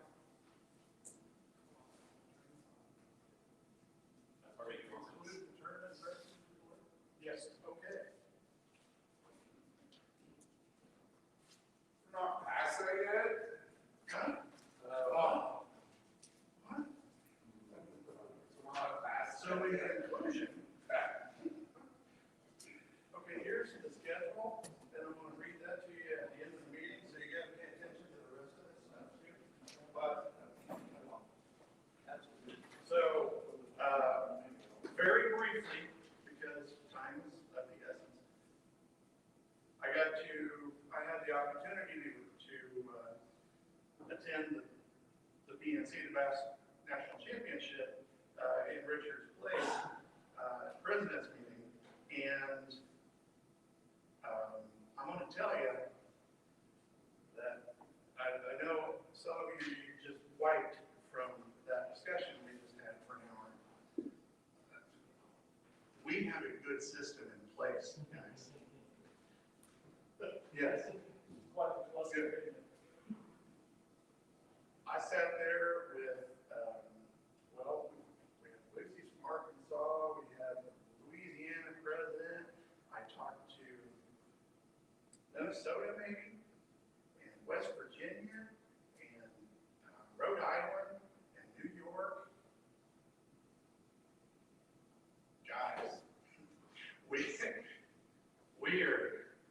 we're cooking with peanut oil around here, I'm gonna tell you what. This is so much more user-friendly system than they have. Many of them, what do you mean state team money. You give your team money? Well, yeah, don't you? Well, what do you do with it? Well, with what? Well, the entry fees. Well, that goes to treasury. Huh? Yeah, they don't, there are states out there that don't pay entry fees, that don't pay lodging, don't give you gas money, don't buy you a six-pack of beer even. So we have a good system in place. And the fact that we can come together and argue like this just proves how successful we are. It's not a negative thing at all. I mean, we work to get better. These people, they're not even on the train track yet. Some people, some of the states like Virginia was literally in a feud while we were there, because one thing we adapted was the set dates that we could keep on the adult side, which gives me flexibility to schedule around the adults. Because I kind of already, yeah, and vice versa. So I'm not going to schedule his weekends where this youth guy didn't schedule all his events. Well, an AIA schedule on the adult deal, and he wants to move to a youth weekend, and they have a competition in their own state about who's moving, who's getting the hell off the brand. And I'm like, gee, Chris, Yeah, they can't even get together in their own meeting. So the fact that we can come together, but that's like, this is a positive step to me. I like it. Now, wait a minute, we're supposed to get a six-pack of beer, you guys want to Yeah. I'm gonna tell you what, I was in this casino with Jesse Jordan and Clyde Barrett last night, and there are no beers left. I tell you, Bullshit, because I saw two great big pallets of Bud Light and Budweiser right back here in this room. Justin, you already go there, where are you? Nope.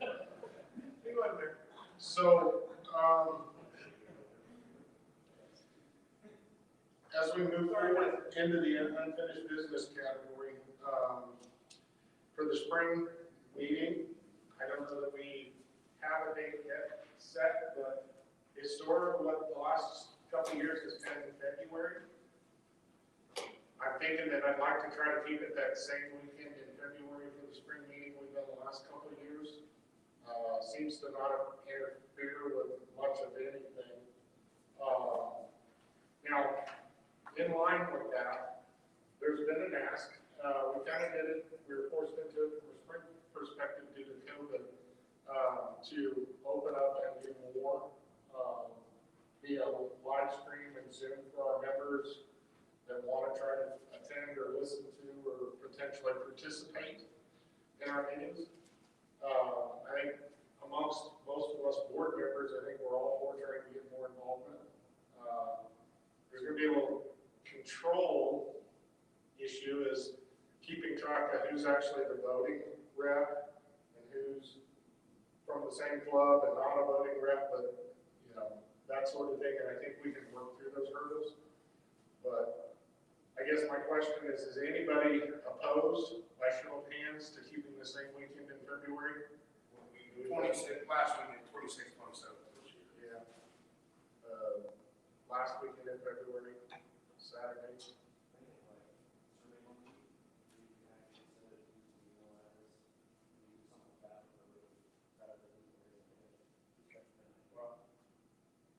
But is anybody at least from a argument perspective against that weekend at the moment?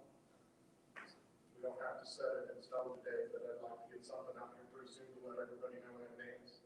But it is on Saturday, not on Sunday. Yes, Saturday. Where? Well, That's to be determined.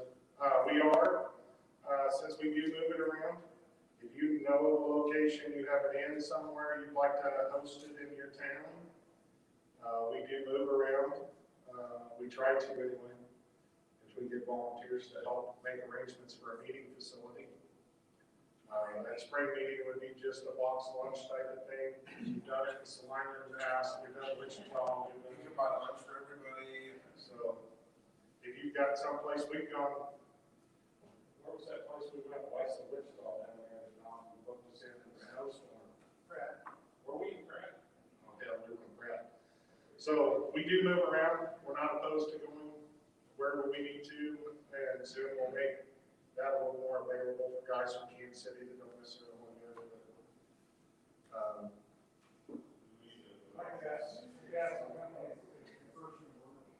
We don't necessarily need to vote on it. Sounds like we may send out, maybe a couple day option, but I would really like, if guys have a place that they'd like to see it, it should help arrange posting.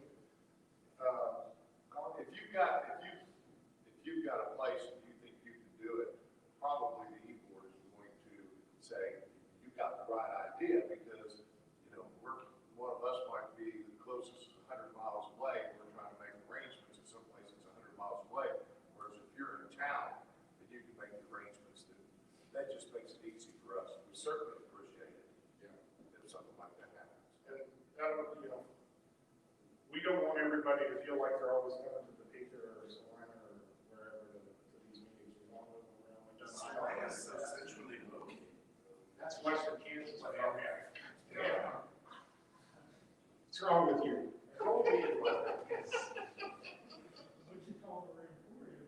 Same finances. So I'll send something out to the clubs and maybe we'll have a couple dates, and then if somebody wants to help make arrangements, let us know. We can work with it. We'll get something out. We don't have anything set up, we can always get a shop for next, so that's Kansas City, that's not very significant, those tickets, So if nobody steps up with an idea of a location to have it, then we're back to what's close to a board member that they can arrange, so. Which we hate to do that, force you guys to travel if you have to, so. And again, we will be opening up, Zoom discussion and making that available as well, so. Of course, the banquets tonight. We will be over in the Sturgeon Bay room, which I think that room right next door over there. I think the doors would basically open and start the bar at about 5 o'clock or something. I think is what. I think it's 5 o'clock, There's nothing wrong there. and we have, the meeting set, Yeah, so, we'll open over there at 5, start selling raffle tickets. I'll be at the door, at a table, collecting money to come in. Some people already paid on PayPal, and they all have raffle tickets for sale. Will be 25 tickets for $20. Next item I have on the list, just as a point of clarity, it is time to pay the taxes on our way trailers. We spoke to the board this morning, gave Rick the okay to pay the 320 some bucks, pay the taxes, and then comes spring, we'll have to buy the tags, but that will be after, I think, the spring meeting, and because I think they renew in April or something. So, just to make sure we're transparent on that. Brad, we'll jump down. Do you want to talk a little bit about the scholarship? Sure. Kansas Bass Nation has a scholarship program. We put on a scholarship tournament once a year. Oftentimes it's Big Hill. It's named for a past member by the name of. It's named for a past member by the name of Frank Stahl. It's a benefit tournament, and John Stewart comes in from wherever John lives, Alabama, and always brings a whole bunch of bass swag, and we give away a bunch of stuff, but all the money that goes into it goes into our scholarship fund. On the website is the scholarship application, and just to let you know that the scholarship application is open to all youth members or adult members of the Kansas Bass Nation and to their family members. Okay, so it's pretty wide open. If one of you guys has got a wife who is going back to get a second degree or something like that, she can apply. Now, it's only, it has to be they have to be enrolled for 12 credit hours, full-time, in a college, community college, university, VOTEC, or trade school in Kansas. We've talked about switching that from being Kansas only, but as it exists now, it is Kansas. It's relatively simple. There's a information page to fill out. And then there's a second information page. Follow the instructions and submit it. It has to be submitted by February 1st. And then a selection committee will choose. In the last 3, 4, maybe 5 years, we've, by consensus of the reps here, we have decided to give away 2 $750 scholarships. And the other thing that comes with that is we have the money in the scholarship account to be able to do that. So 2 things I'd like to accomplish now is, one, I'll make the motion that we give away 2 $750 scholarships. Second, okay. So all in favor, say aye or raise your hand. Okay, thank you. I appreciate it. The other thing is, I would say that we put together a selection committee. I'm not on the selection committee. I'm going to receive all of the information as it comes in the mail or emailed to me or whatever. There's information in the paperwork as to how to get it to me. I'm not on the selection committee. But last year I had Travis and his wife, and I had Jeff and his wife on the selection committee. And if I had 1 or 2 other people who would like to volunteer, we'll get that information to you, and then you can be involved. And I'll send you a cover letter that says, basically determine who your number 1 person is, your number 2 person is, your number 3 person is. Then I get back to the group and tell them this is who the group selected. So Travis has told me he will be on it. Jeff, you and Mary Chris, I'm sorry. So Mary Kate was, if I ever had a daughter, that was going to be her name, was Mary Kate. But so anybody else? What's that? Yeah, boy. We could probably do it, my wife and I. Okay. Her name is Catherine or Kathy. I'll send an email to you and we'll get everything figured out. And I'll take one more. What's your last name? I'm sorry. That's right. Best. Best the test. Okay. Okay, and I'll end up, if I can get an email from everybody, of course I have yours and I have yours, but if I can get an email from the other 2, I'll send information to you. So go back to your clubs, tell your clubs that the scholarship exists. Last year, I think we had 4 applicants and we gave away 2. Doesn't hurt my feelings one bit if we have 50 applicants because I'm not the one making the choices. You guys just volunteered. And but anyway, that's all I've got. Again, it's on the website. You can download it on the website and email it to me, snail mail it to me, do whatever. And I thank you all very much.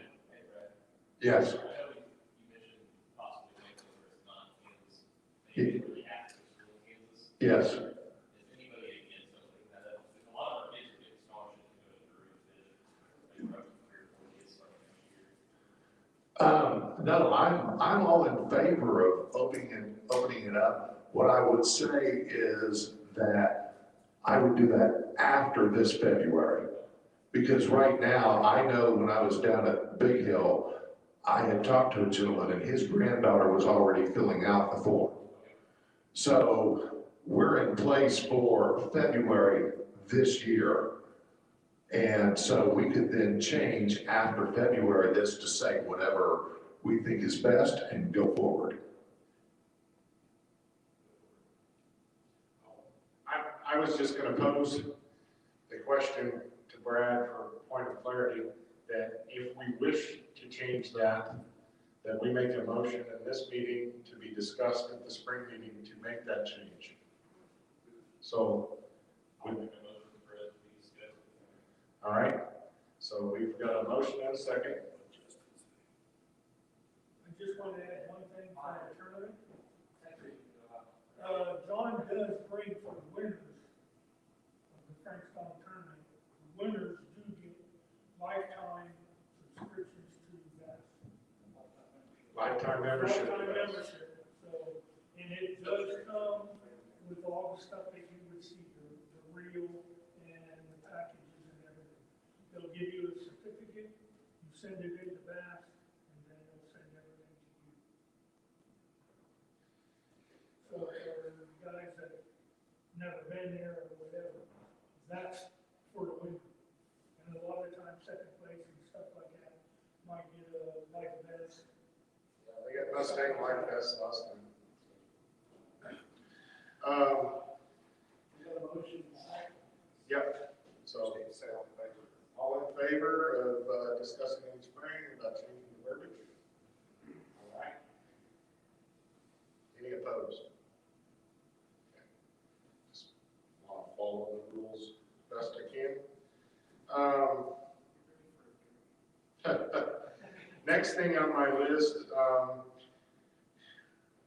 due to COVID, due to lack of planning on my part, due to lack of submission, we really did not end up with a club of the year submission this year. I would like guys to consider filling out and submitting for that next year. I believe there's some verbiage on the website about submitting for that. We've had some great presentations in the past. I know a lot of clubs weren't meeting, a lot of clubs weren't doing a lot of activities due to COVID in this past year. But please don't forget that's out there. We like to be able to recognize you guys that are doing stuff in the communities, those sorts of things. So please do that. Quite honestly, from an adult program, we didn't have much noise sponsorships this year either. So we really don't have a sponsor of the year this year. I'd like to maybe change that. I do want to recognize somebody, and I think Travis would agree that I think from an organization perspective, we should recognize Steve French. If nobody has ever been around the youth program, Steve's been around forever. Back when I took over the youth program, he and I were actually going to run for the position when Brad stepped down. Steve decided that maybe he wasn't quite as politically correct as I was. So he offered to step away from the voting and let me run it. I ran it for 5 years, but he's always been there to help. I mean, Travis spoke about it. So I would like for the organization to maybe get him some type of volunteer award or something. I wish we could have maybe done it before this meeting and recognized him, but maybe we can recognize him at our next banquet. So Travis, if you want to take the reins and come up with something that you think is appropriate. Okay.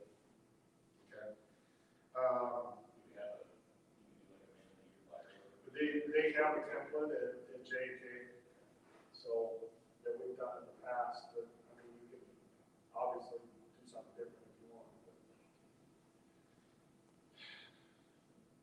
Did you have anything to add? Okay.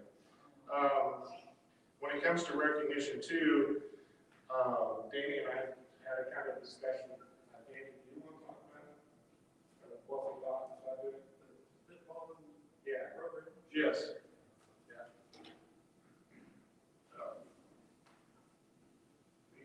Why don't I bring the footboard? Because you're that clipboard guy.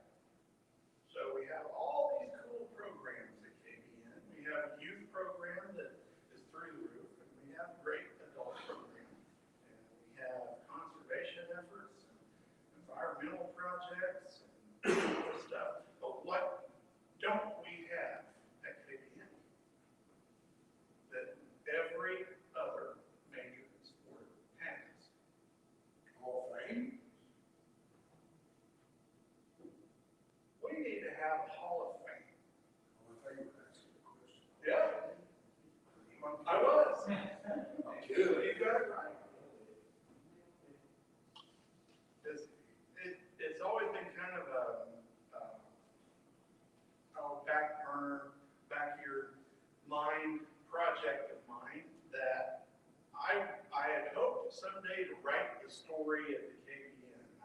I've talked to Dennis about some things, and I visit with Kent Kraft from time to time, Larry Freilich.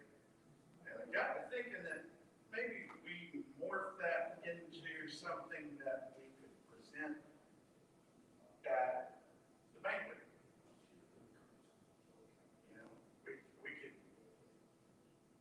just spitball here, guys. So you can throw out an idea if you like it. Maybe 3 to 5 people every year that maybe they've already passed. You know, I've thought of people that would be deserving of being in the master class. I came up with the idea of calling it the master class. Roger Van Rink comes to mind. Did a lot for youth and the adult program. Smoke. How long was he a member of SLAM?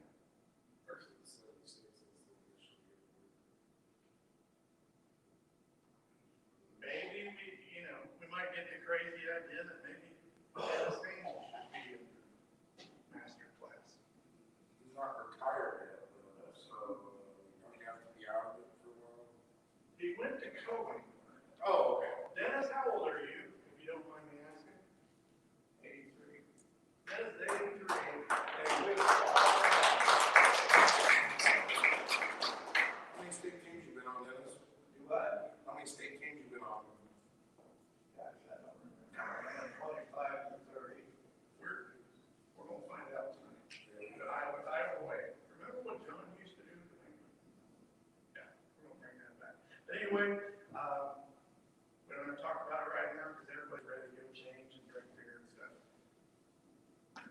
We kind of thought maybe we could throw something together in time to kind of make this the inaugural master class event tonight, but stuff happens. You know, you're volunteer, we know we volunteer so much. But moving forward, I would be in charge of that. I would love if you send me some ideas of someone that you think should be in the master class. Say, what do you think, 3 to 5 a year? I volunteer for every committee. Cool. Okay, so send it to Dell. Me too. And Jeff. Dennis, want to be on this committee? You remember people that we don't know. Probably come up with some names. You know, and something else, Danny, and I kind of talked about with this would be, maybe, I'm in Hunterhead, in our Hunterhead building, we have those names listed on a plaque, you add a little metal plaque to the bottom of it, and kind of memorialize those people, something that maybe could be put, inside the way trailer, or on the outside of the way trailer.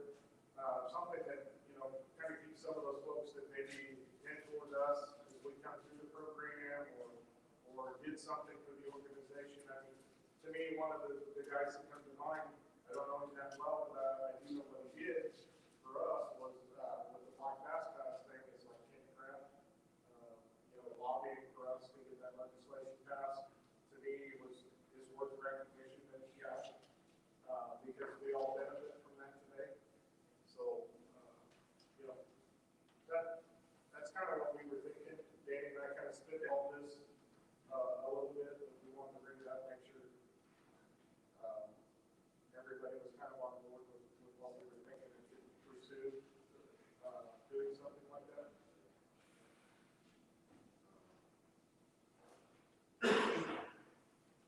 Thoughts? Love it.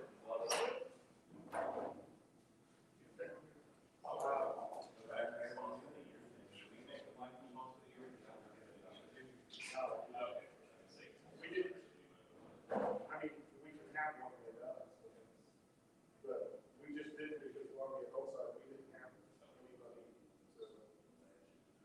to give it to. The one last thing, well, I'm gonna note one thing, we talked about it earlier. We're going to be making a bunch of changes to our website, our social presence. We've got guys that have agreed to to meet from a committee's perspective and get more relevant, maybe relevant design, relevant content, put out there on a more regular basis. So I wanted to touch on that. The other thing, and I think it's worth noting, and we alluded to it a little bit in some of the discussion, is, and we'll close on this, is, Brad, we want to talk a little bit more about our KDN project, what we decided to do there. Yeah, this last year has kind of opened our eyes to how certain guys on the keyboard take on certain responsibilities, they do it, and then if that person no longer serves, no one knows what the heck that position actually really was about. For instance, where was our incorporation papers? Well, when Larry was no longer the treasurer, where's the incorporation papers? Because we had to have the incorporation papers to do something. Didn't know that there's a twice-a-year filing that you have to do with the state of Kansas, that Larry just took upon himself to just do year after year after year. And then Larry's gone, and then all of a sudden, we're not getting things accomplished because we just didn't know those were the things that needed to be done. So we've kind of started what we call the Book of the KDN, and each one of the different keyboard members is going to try to put together who their contacts are, what kind of paperwork that they end up filing that they just do that we don't realize. So that if something happens to Richard, we pray to God nothing does, but if all of a sudden something happens to Richard, and Mike has to step up as the vice president, does Mike know what needs to be done? Because, oh yeah, he has to be the president, but what has the president been doing? And so that's something that we're working on going forward. For instance, Dell has all these contacts with Bass as far as conservation and Friends of the reservoirs and such as that. I don't know who those contacts are. If all of a sudden Dell is gone, how do we put together a sponsorship package with 2 or 3 or 4 or 5. We need to have those contracts in that book so that we know who those contacts are, not those contracts necessarily with whoever put the thing together, the contract together. So that's something we're working on going forward to try and make a more seamless move when we have people step into positions and then people step out of positions. One of the big ones was going to be tournament director, but since Danny has been elected to tournament director emeritus and is now a lifetime appointment, and we don't have to worry about knowing anything about the tournament process because Danny has got it. Lifetime is the proper term, because this is my emeritus. Oh, that's right. That's right. There's the Americans. This is the lifetime. But just to let you know, guys, that's something that the e-board is working on in the background so that a new guy steps in, or a new gal steps in, we should be able to hand that person, hey, look, this is what your predecessor has been doing to help them transition into their new job. So. And it includes even things as simple as inventory lists of what all do we own, what all is in our trailers, what all we, for tournaments and that sort of thing. So it's not necessarily all just procedure stuff. It's like what do we own, that sort of thing. So Yeah, we've been talking about this for years. And we've got our tents in the ring over some various times. Yeah. And it would be very helpful. Go for it. Do it. We'll talk about it. Are you going to provide locations for the dates of the tournament? Yes, he's the last two out. Can I make a couple of quick, Yes. a couple of things real quick, Rob? I just want to open a couple of cans of worms for us to think about. One, Yes. Getting back to these real quick here, Travis, you've got to have help. I actually think it wouldn't be a bad idea for you to have your own board. You bet. And, I mean, and you get, how much help do you get from your parents? Currently, I actually have 2 or 3 parents that step up in the mornings, because their kids fish with the boat cabin. Right. When you go fishing. And then, in the afternoons, I have my wife and Steve French, and usually maybe one other person.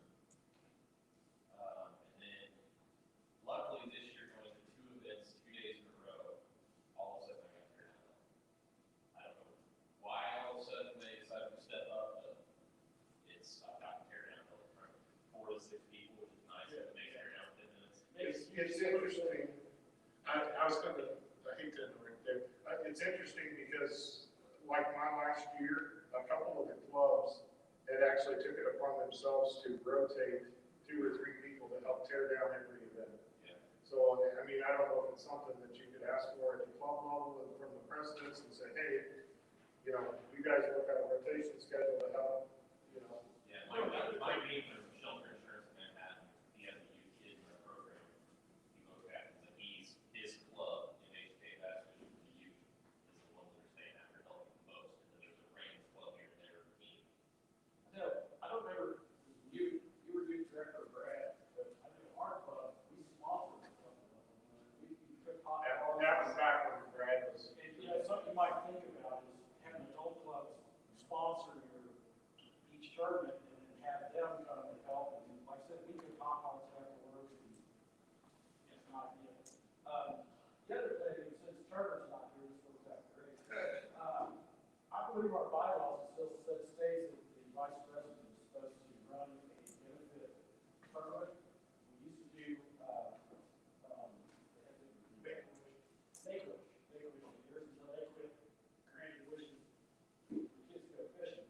Anyway, our last time we did anything was our boat raffle, which was highly successful and highly stressful and all of that. I'm not suggesting we do anything at that scale, but I do think an organization that generates as much money as we do, we could get a little something for honor, whoever, like we have in the past, whether it be a raffle or a benefit tournament or something like that. And this would be a tournament that Danny would not be running. But he could actually coach it. I'm all in favor. We used, that's what, you know, back in the day, And that's, I have one, Kent would run the tournament, I didn't have to do anything, I hauled the trailer. and I'll tell you, in the most recent years, Mike has actually organized this event. That's been the event that he's done, and organized for us is the banquet. He's done most of the arrangements, he's done most of the banquet, the caterers, and organizing all that. Yeah, I know, I'm saying, I think because of our lack of any type of charity kind of thing, he's kind of taken on that role, because he's familiar that is in the bylaws, and so I think a couple of years ago, we said, well, you know, if you want to take up doing the banquet, organizing that would be something really beneficial, which is ironic that he organized all this, and he's not here to partake in any of it, so. That's why he signed up in direct tournament. Yeah, they signed him in. Well, Just something to think about. We start back. yeah, and I agree, I mean, Danny can attest, to this statement, and I've broached the subject a couple times with Danny, that, you know, there are things that are pretty near and dear to my heart. I had found out that Make-A-Wish had stopped doing any of the outdoor stuff, fishing or hunting wishes. I've also approached Danny about, you know, being more involved with some of our veteran organizations and things like that. I think to Danny's point, and he'll tell you, it's on my radar pretty hard. I haven't had the time to put pen to paper and do any type of proposal yet. Off season, that's real hard on my radar for next season. What that looks like yet, I don't know, but if guys have thoughts, I mean, I know we have some, organizations up there, I know you've got Leavenworth guys who are real involved with, you know, veteran organizations and things like that. And I don't know if you guys know, we actually had an individual reach out on Facebook, a hospice nurse, I think it was, that there was an elderly man who, his last wish was to try to get out fishing. So we made arrangements, the board kind of emailed back and forth, and Mike kind of took it on himself, made contact with Larry Bromley, and there was some arrangements that will be worked on to take him out. I saw something else come out very similar to that, where a hospice nurse was reaching out on somebody's benefit, behalf. So it's definitely something that's very, on my forefront. It's a high passionate thing for me. So I will have some ideas on that for the spring, whether guys want to get on board with it or not. I do know that it's something I'm going to take on from a personal level, so. The other thing that, as opposed to a tournament, is we would also have raffles of all the qualifiers for each series, that all those persons went to our charity Make-A-Wish again at that time. That'd be another way we could raise money. Well, and not to hit Chad with a bunch of stuff, but, you know, I think we might see some opportunity there with Chad coming on board and kind of driving our sponsor efforts with our local folks. I think we'll have some avenues to get some product to maybe do some of that stuff going forward, but I tell you, the last few years has been pretty lean in that avenue. It's a lot easier to get sponsors when you can show them that you donated. Yep. Whatever to good cause. I agree. So, yes, sir. We touched on Travis, I'd like to see something talking about with the E-Board lab. His money matching Dale's money for the scholarships. You mean, He's got so much money in his account that he could match $1,500 and instead of $700, $1,500 to two people. we could, I mean, that's something that could be discussed, but historically, because that money's raised from tournament funds, it's like our side, it goes to kind of the state team bucket. Other than his dues that he collects from the youth account, so he doesn't really have an event that's targeted to raise money for a scholarship. That money goes back to the state team guys a lot of times. They go to the national events, so I don't know if that's necessarily apples to apples, but Well, like last year, I think you were doing $800 right for high school national championship money. Yeah. I remember writing that up to 1,000 to try to keep, that from growing. But one thing I would like to do, if the board or everybody's in favor, is maybe have some kind of award, a team of the year, club of the year, something where each kid gets a sponsorship that way. They've done something in conservation, they've done something, they've succeeded on the tournament trail, they gave back to their local community, they're doing good in school, kind of let everything based around our scholarship out of them, but actually award the team of the year trophy and a scholarship, maybe $500, $750 each kid to use when they go to trade school or college. That way the school can display that trophy, or maybe we help them use for it. Yeah. And and it's just all I talk about. so it would be potentially somebody that wasn't a KDN family member that wins this other scholarship that we fund that we've been doing for a long time. That's one geared to people specifically in the youth program. Yeah. Because ours isn't specific just to the kids that fish in our youth program. Ours is way more broad than that. Their money is collected in a much more narrow focus. So I would close. Is there any other comments, business that you guys want to talk about? No? All right, I'll turn it over to Danny so he can give the last two Rob.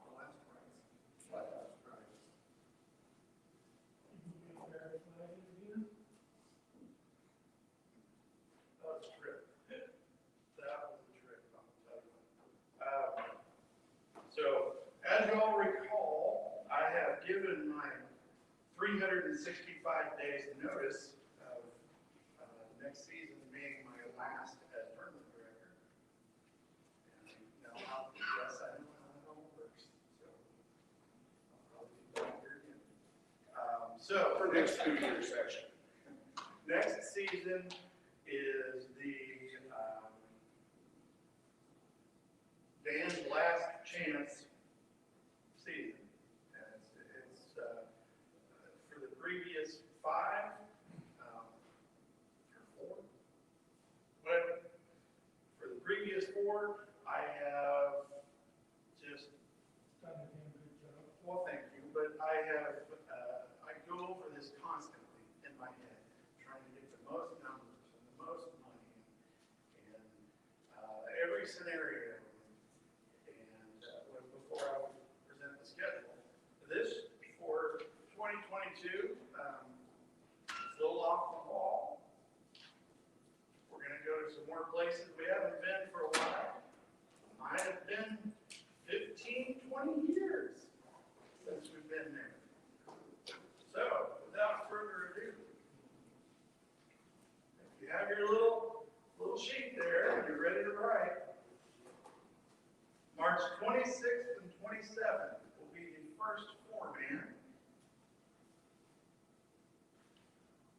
I'll hide behind this.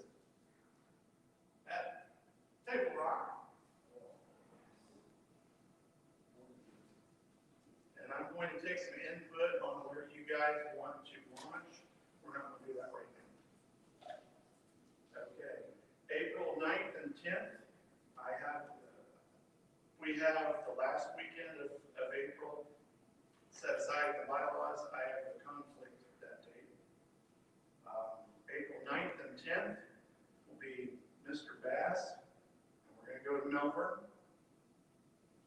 I'm trying to keep that east-west. We were at Wakanda this year, Melbourne the year before. I'm just trying to alternate. 9th and 10th, Mr. Bass at Melbourne. May 14th and 15th. And I know that's a bad weekend because there's a lot of graduations that weekend. There's also graduations the weekend after. That is the only date I had in May. 14th and 15th will be the second 4-man at Norton. Let me screen. All right. Is there water in that lake? Yes. And really, And really big. I've seen it, it's, June 25th and 26th will be the first qualifier.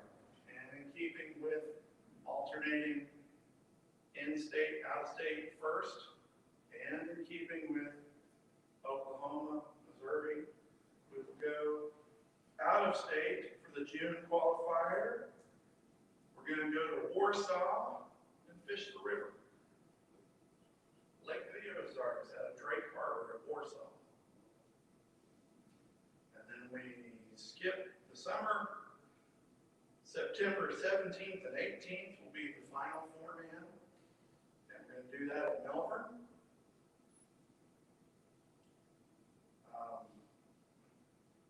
Mr. Stewart and I tentatively have the Stong Scholarship event at Big Hill on September 24th. October 15th and 16th, we will have our final qualifier at Wilson.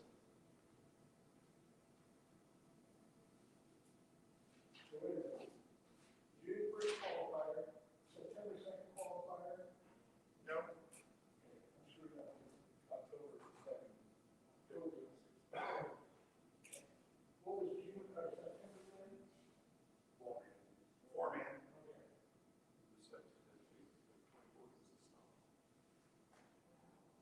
I assume you guys are out for Warsaw. Not yet. You might check this, Warsaw GE days is in June, so not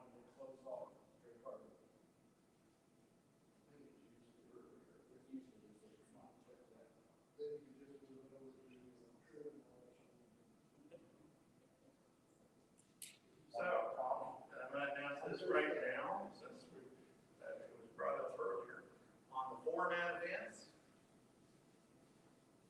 it's gonna be off limits Monday through Thursday. Each format, like, I think that's Table Rock, Norton, Mountain, Monday through Thursday is off limits. Friday only for pre-fish. We're gonna fish till 3 o'clock on Saturday and 2 o'clock on Sunday at every event. People up too, right? Yep. Because it's 6 hours to Table Rock from my house, so I want to leave there by 3 o'clock if I can. And those of you that choose to come out west to Norton, you know, same thing. You're going to get to leave a little earlier on Sunday. That's all I have. Good job. You did all right. Be happy about it. Does anybody want the youth dates? Yes. On the schedule, we're on the website. March 12th and 13th. 12th, we're on Hudson. 13th, we're on Grant. Still waiting for my phone. We're supposed to have it back in 2 weeks, but it looks like we're going to be going out south and take Grant to State Park at Hudson. April 2nd, 3rd, or the 2nd at Glen Elder. April 3rd at Wilson. And then I have a makeup date, if needed, May 7th and 8th, Milford Lake. It's probably going to be the college state championship, assuming those guys want to fish Milford again. And then my state championship will be June 4th and 5th, most likely October, as long as I get back to that.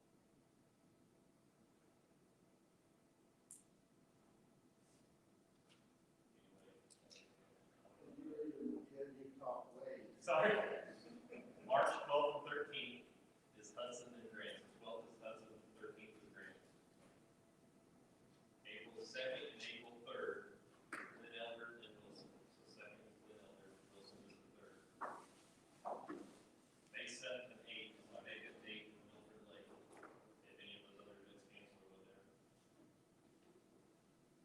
And then June 4th and June 5th, the state championship, and most likely will be on board as long as I get back.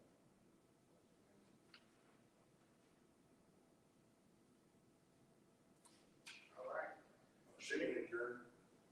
There's nothing else? Yeah, Do we have a motion to adjourn? All right. Oh, I gotta take your hand up. Oh, no, no.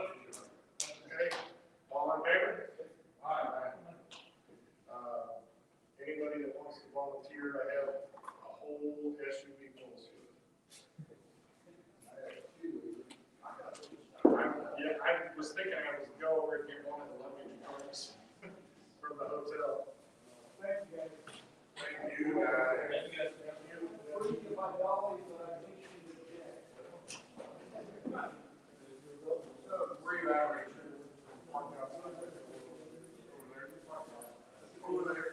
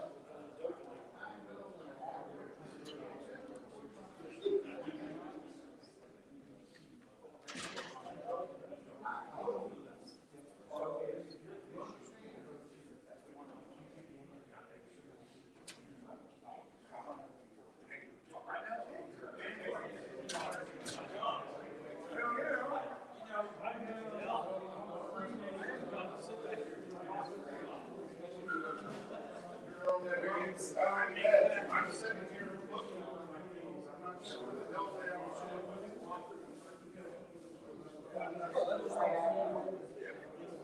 Dennis, are you staying out of Frankfurt? Yeah. All right. Good.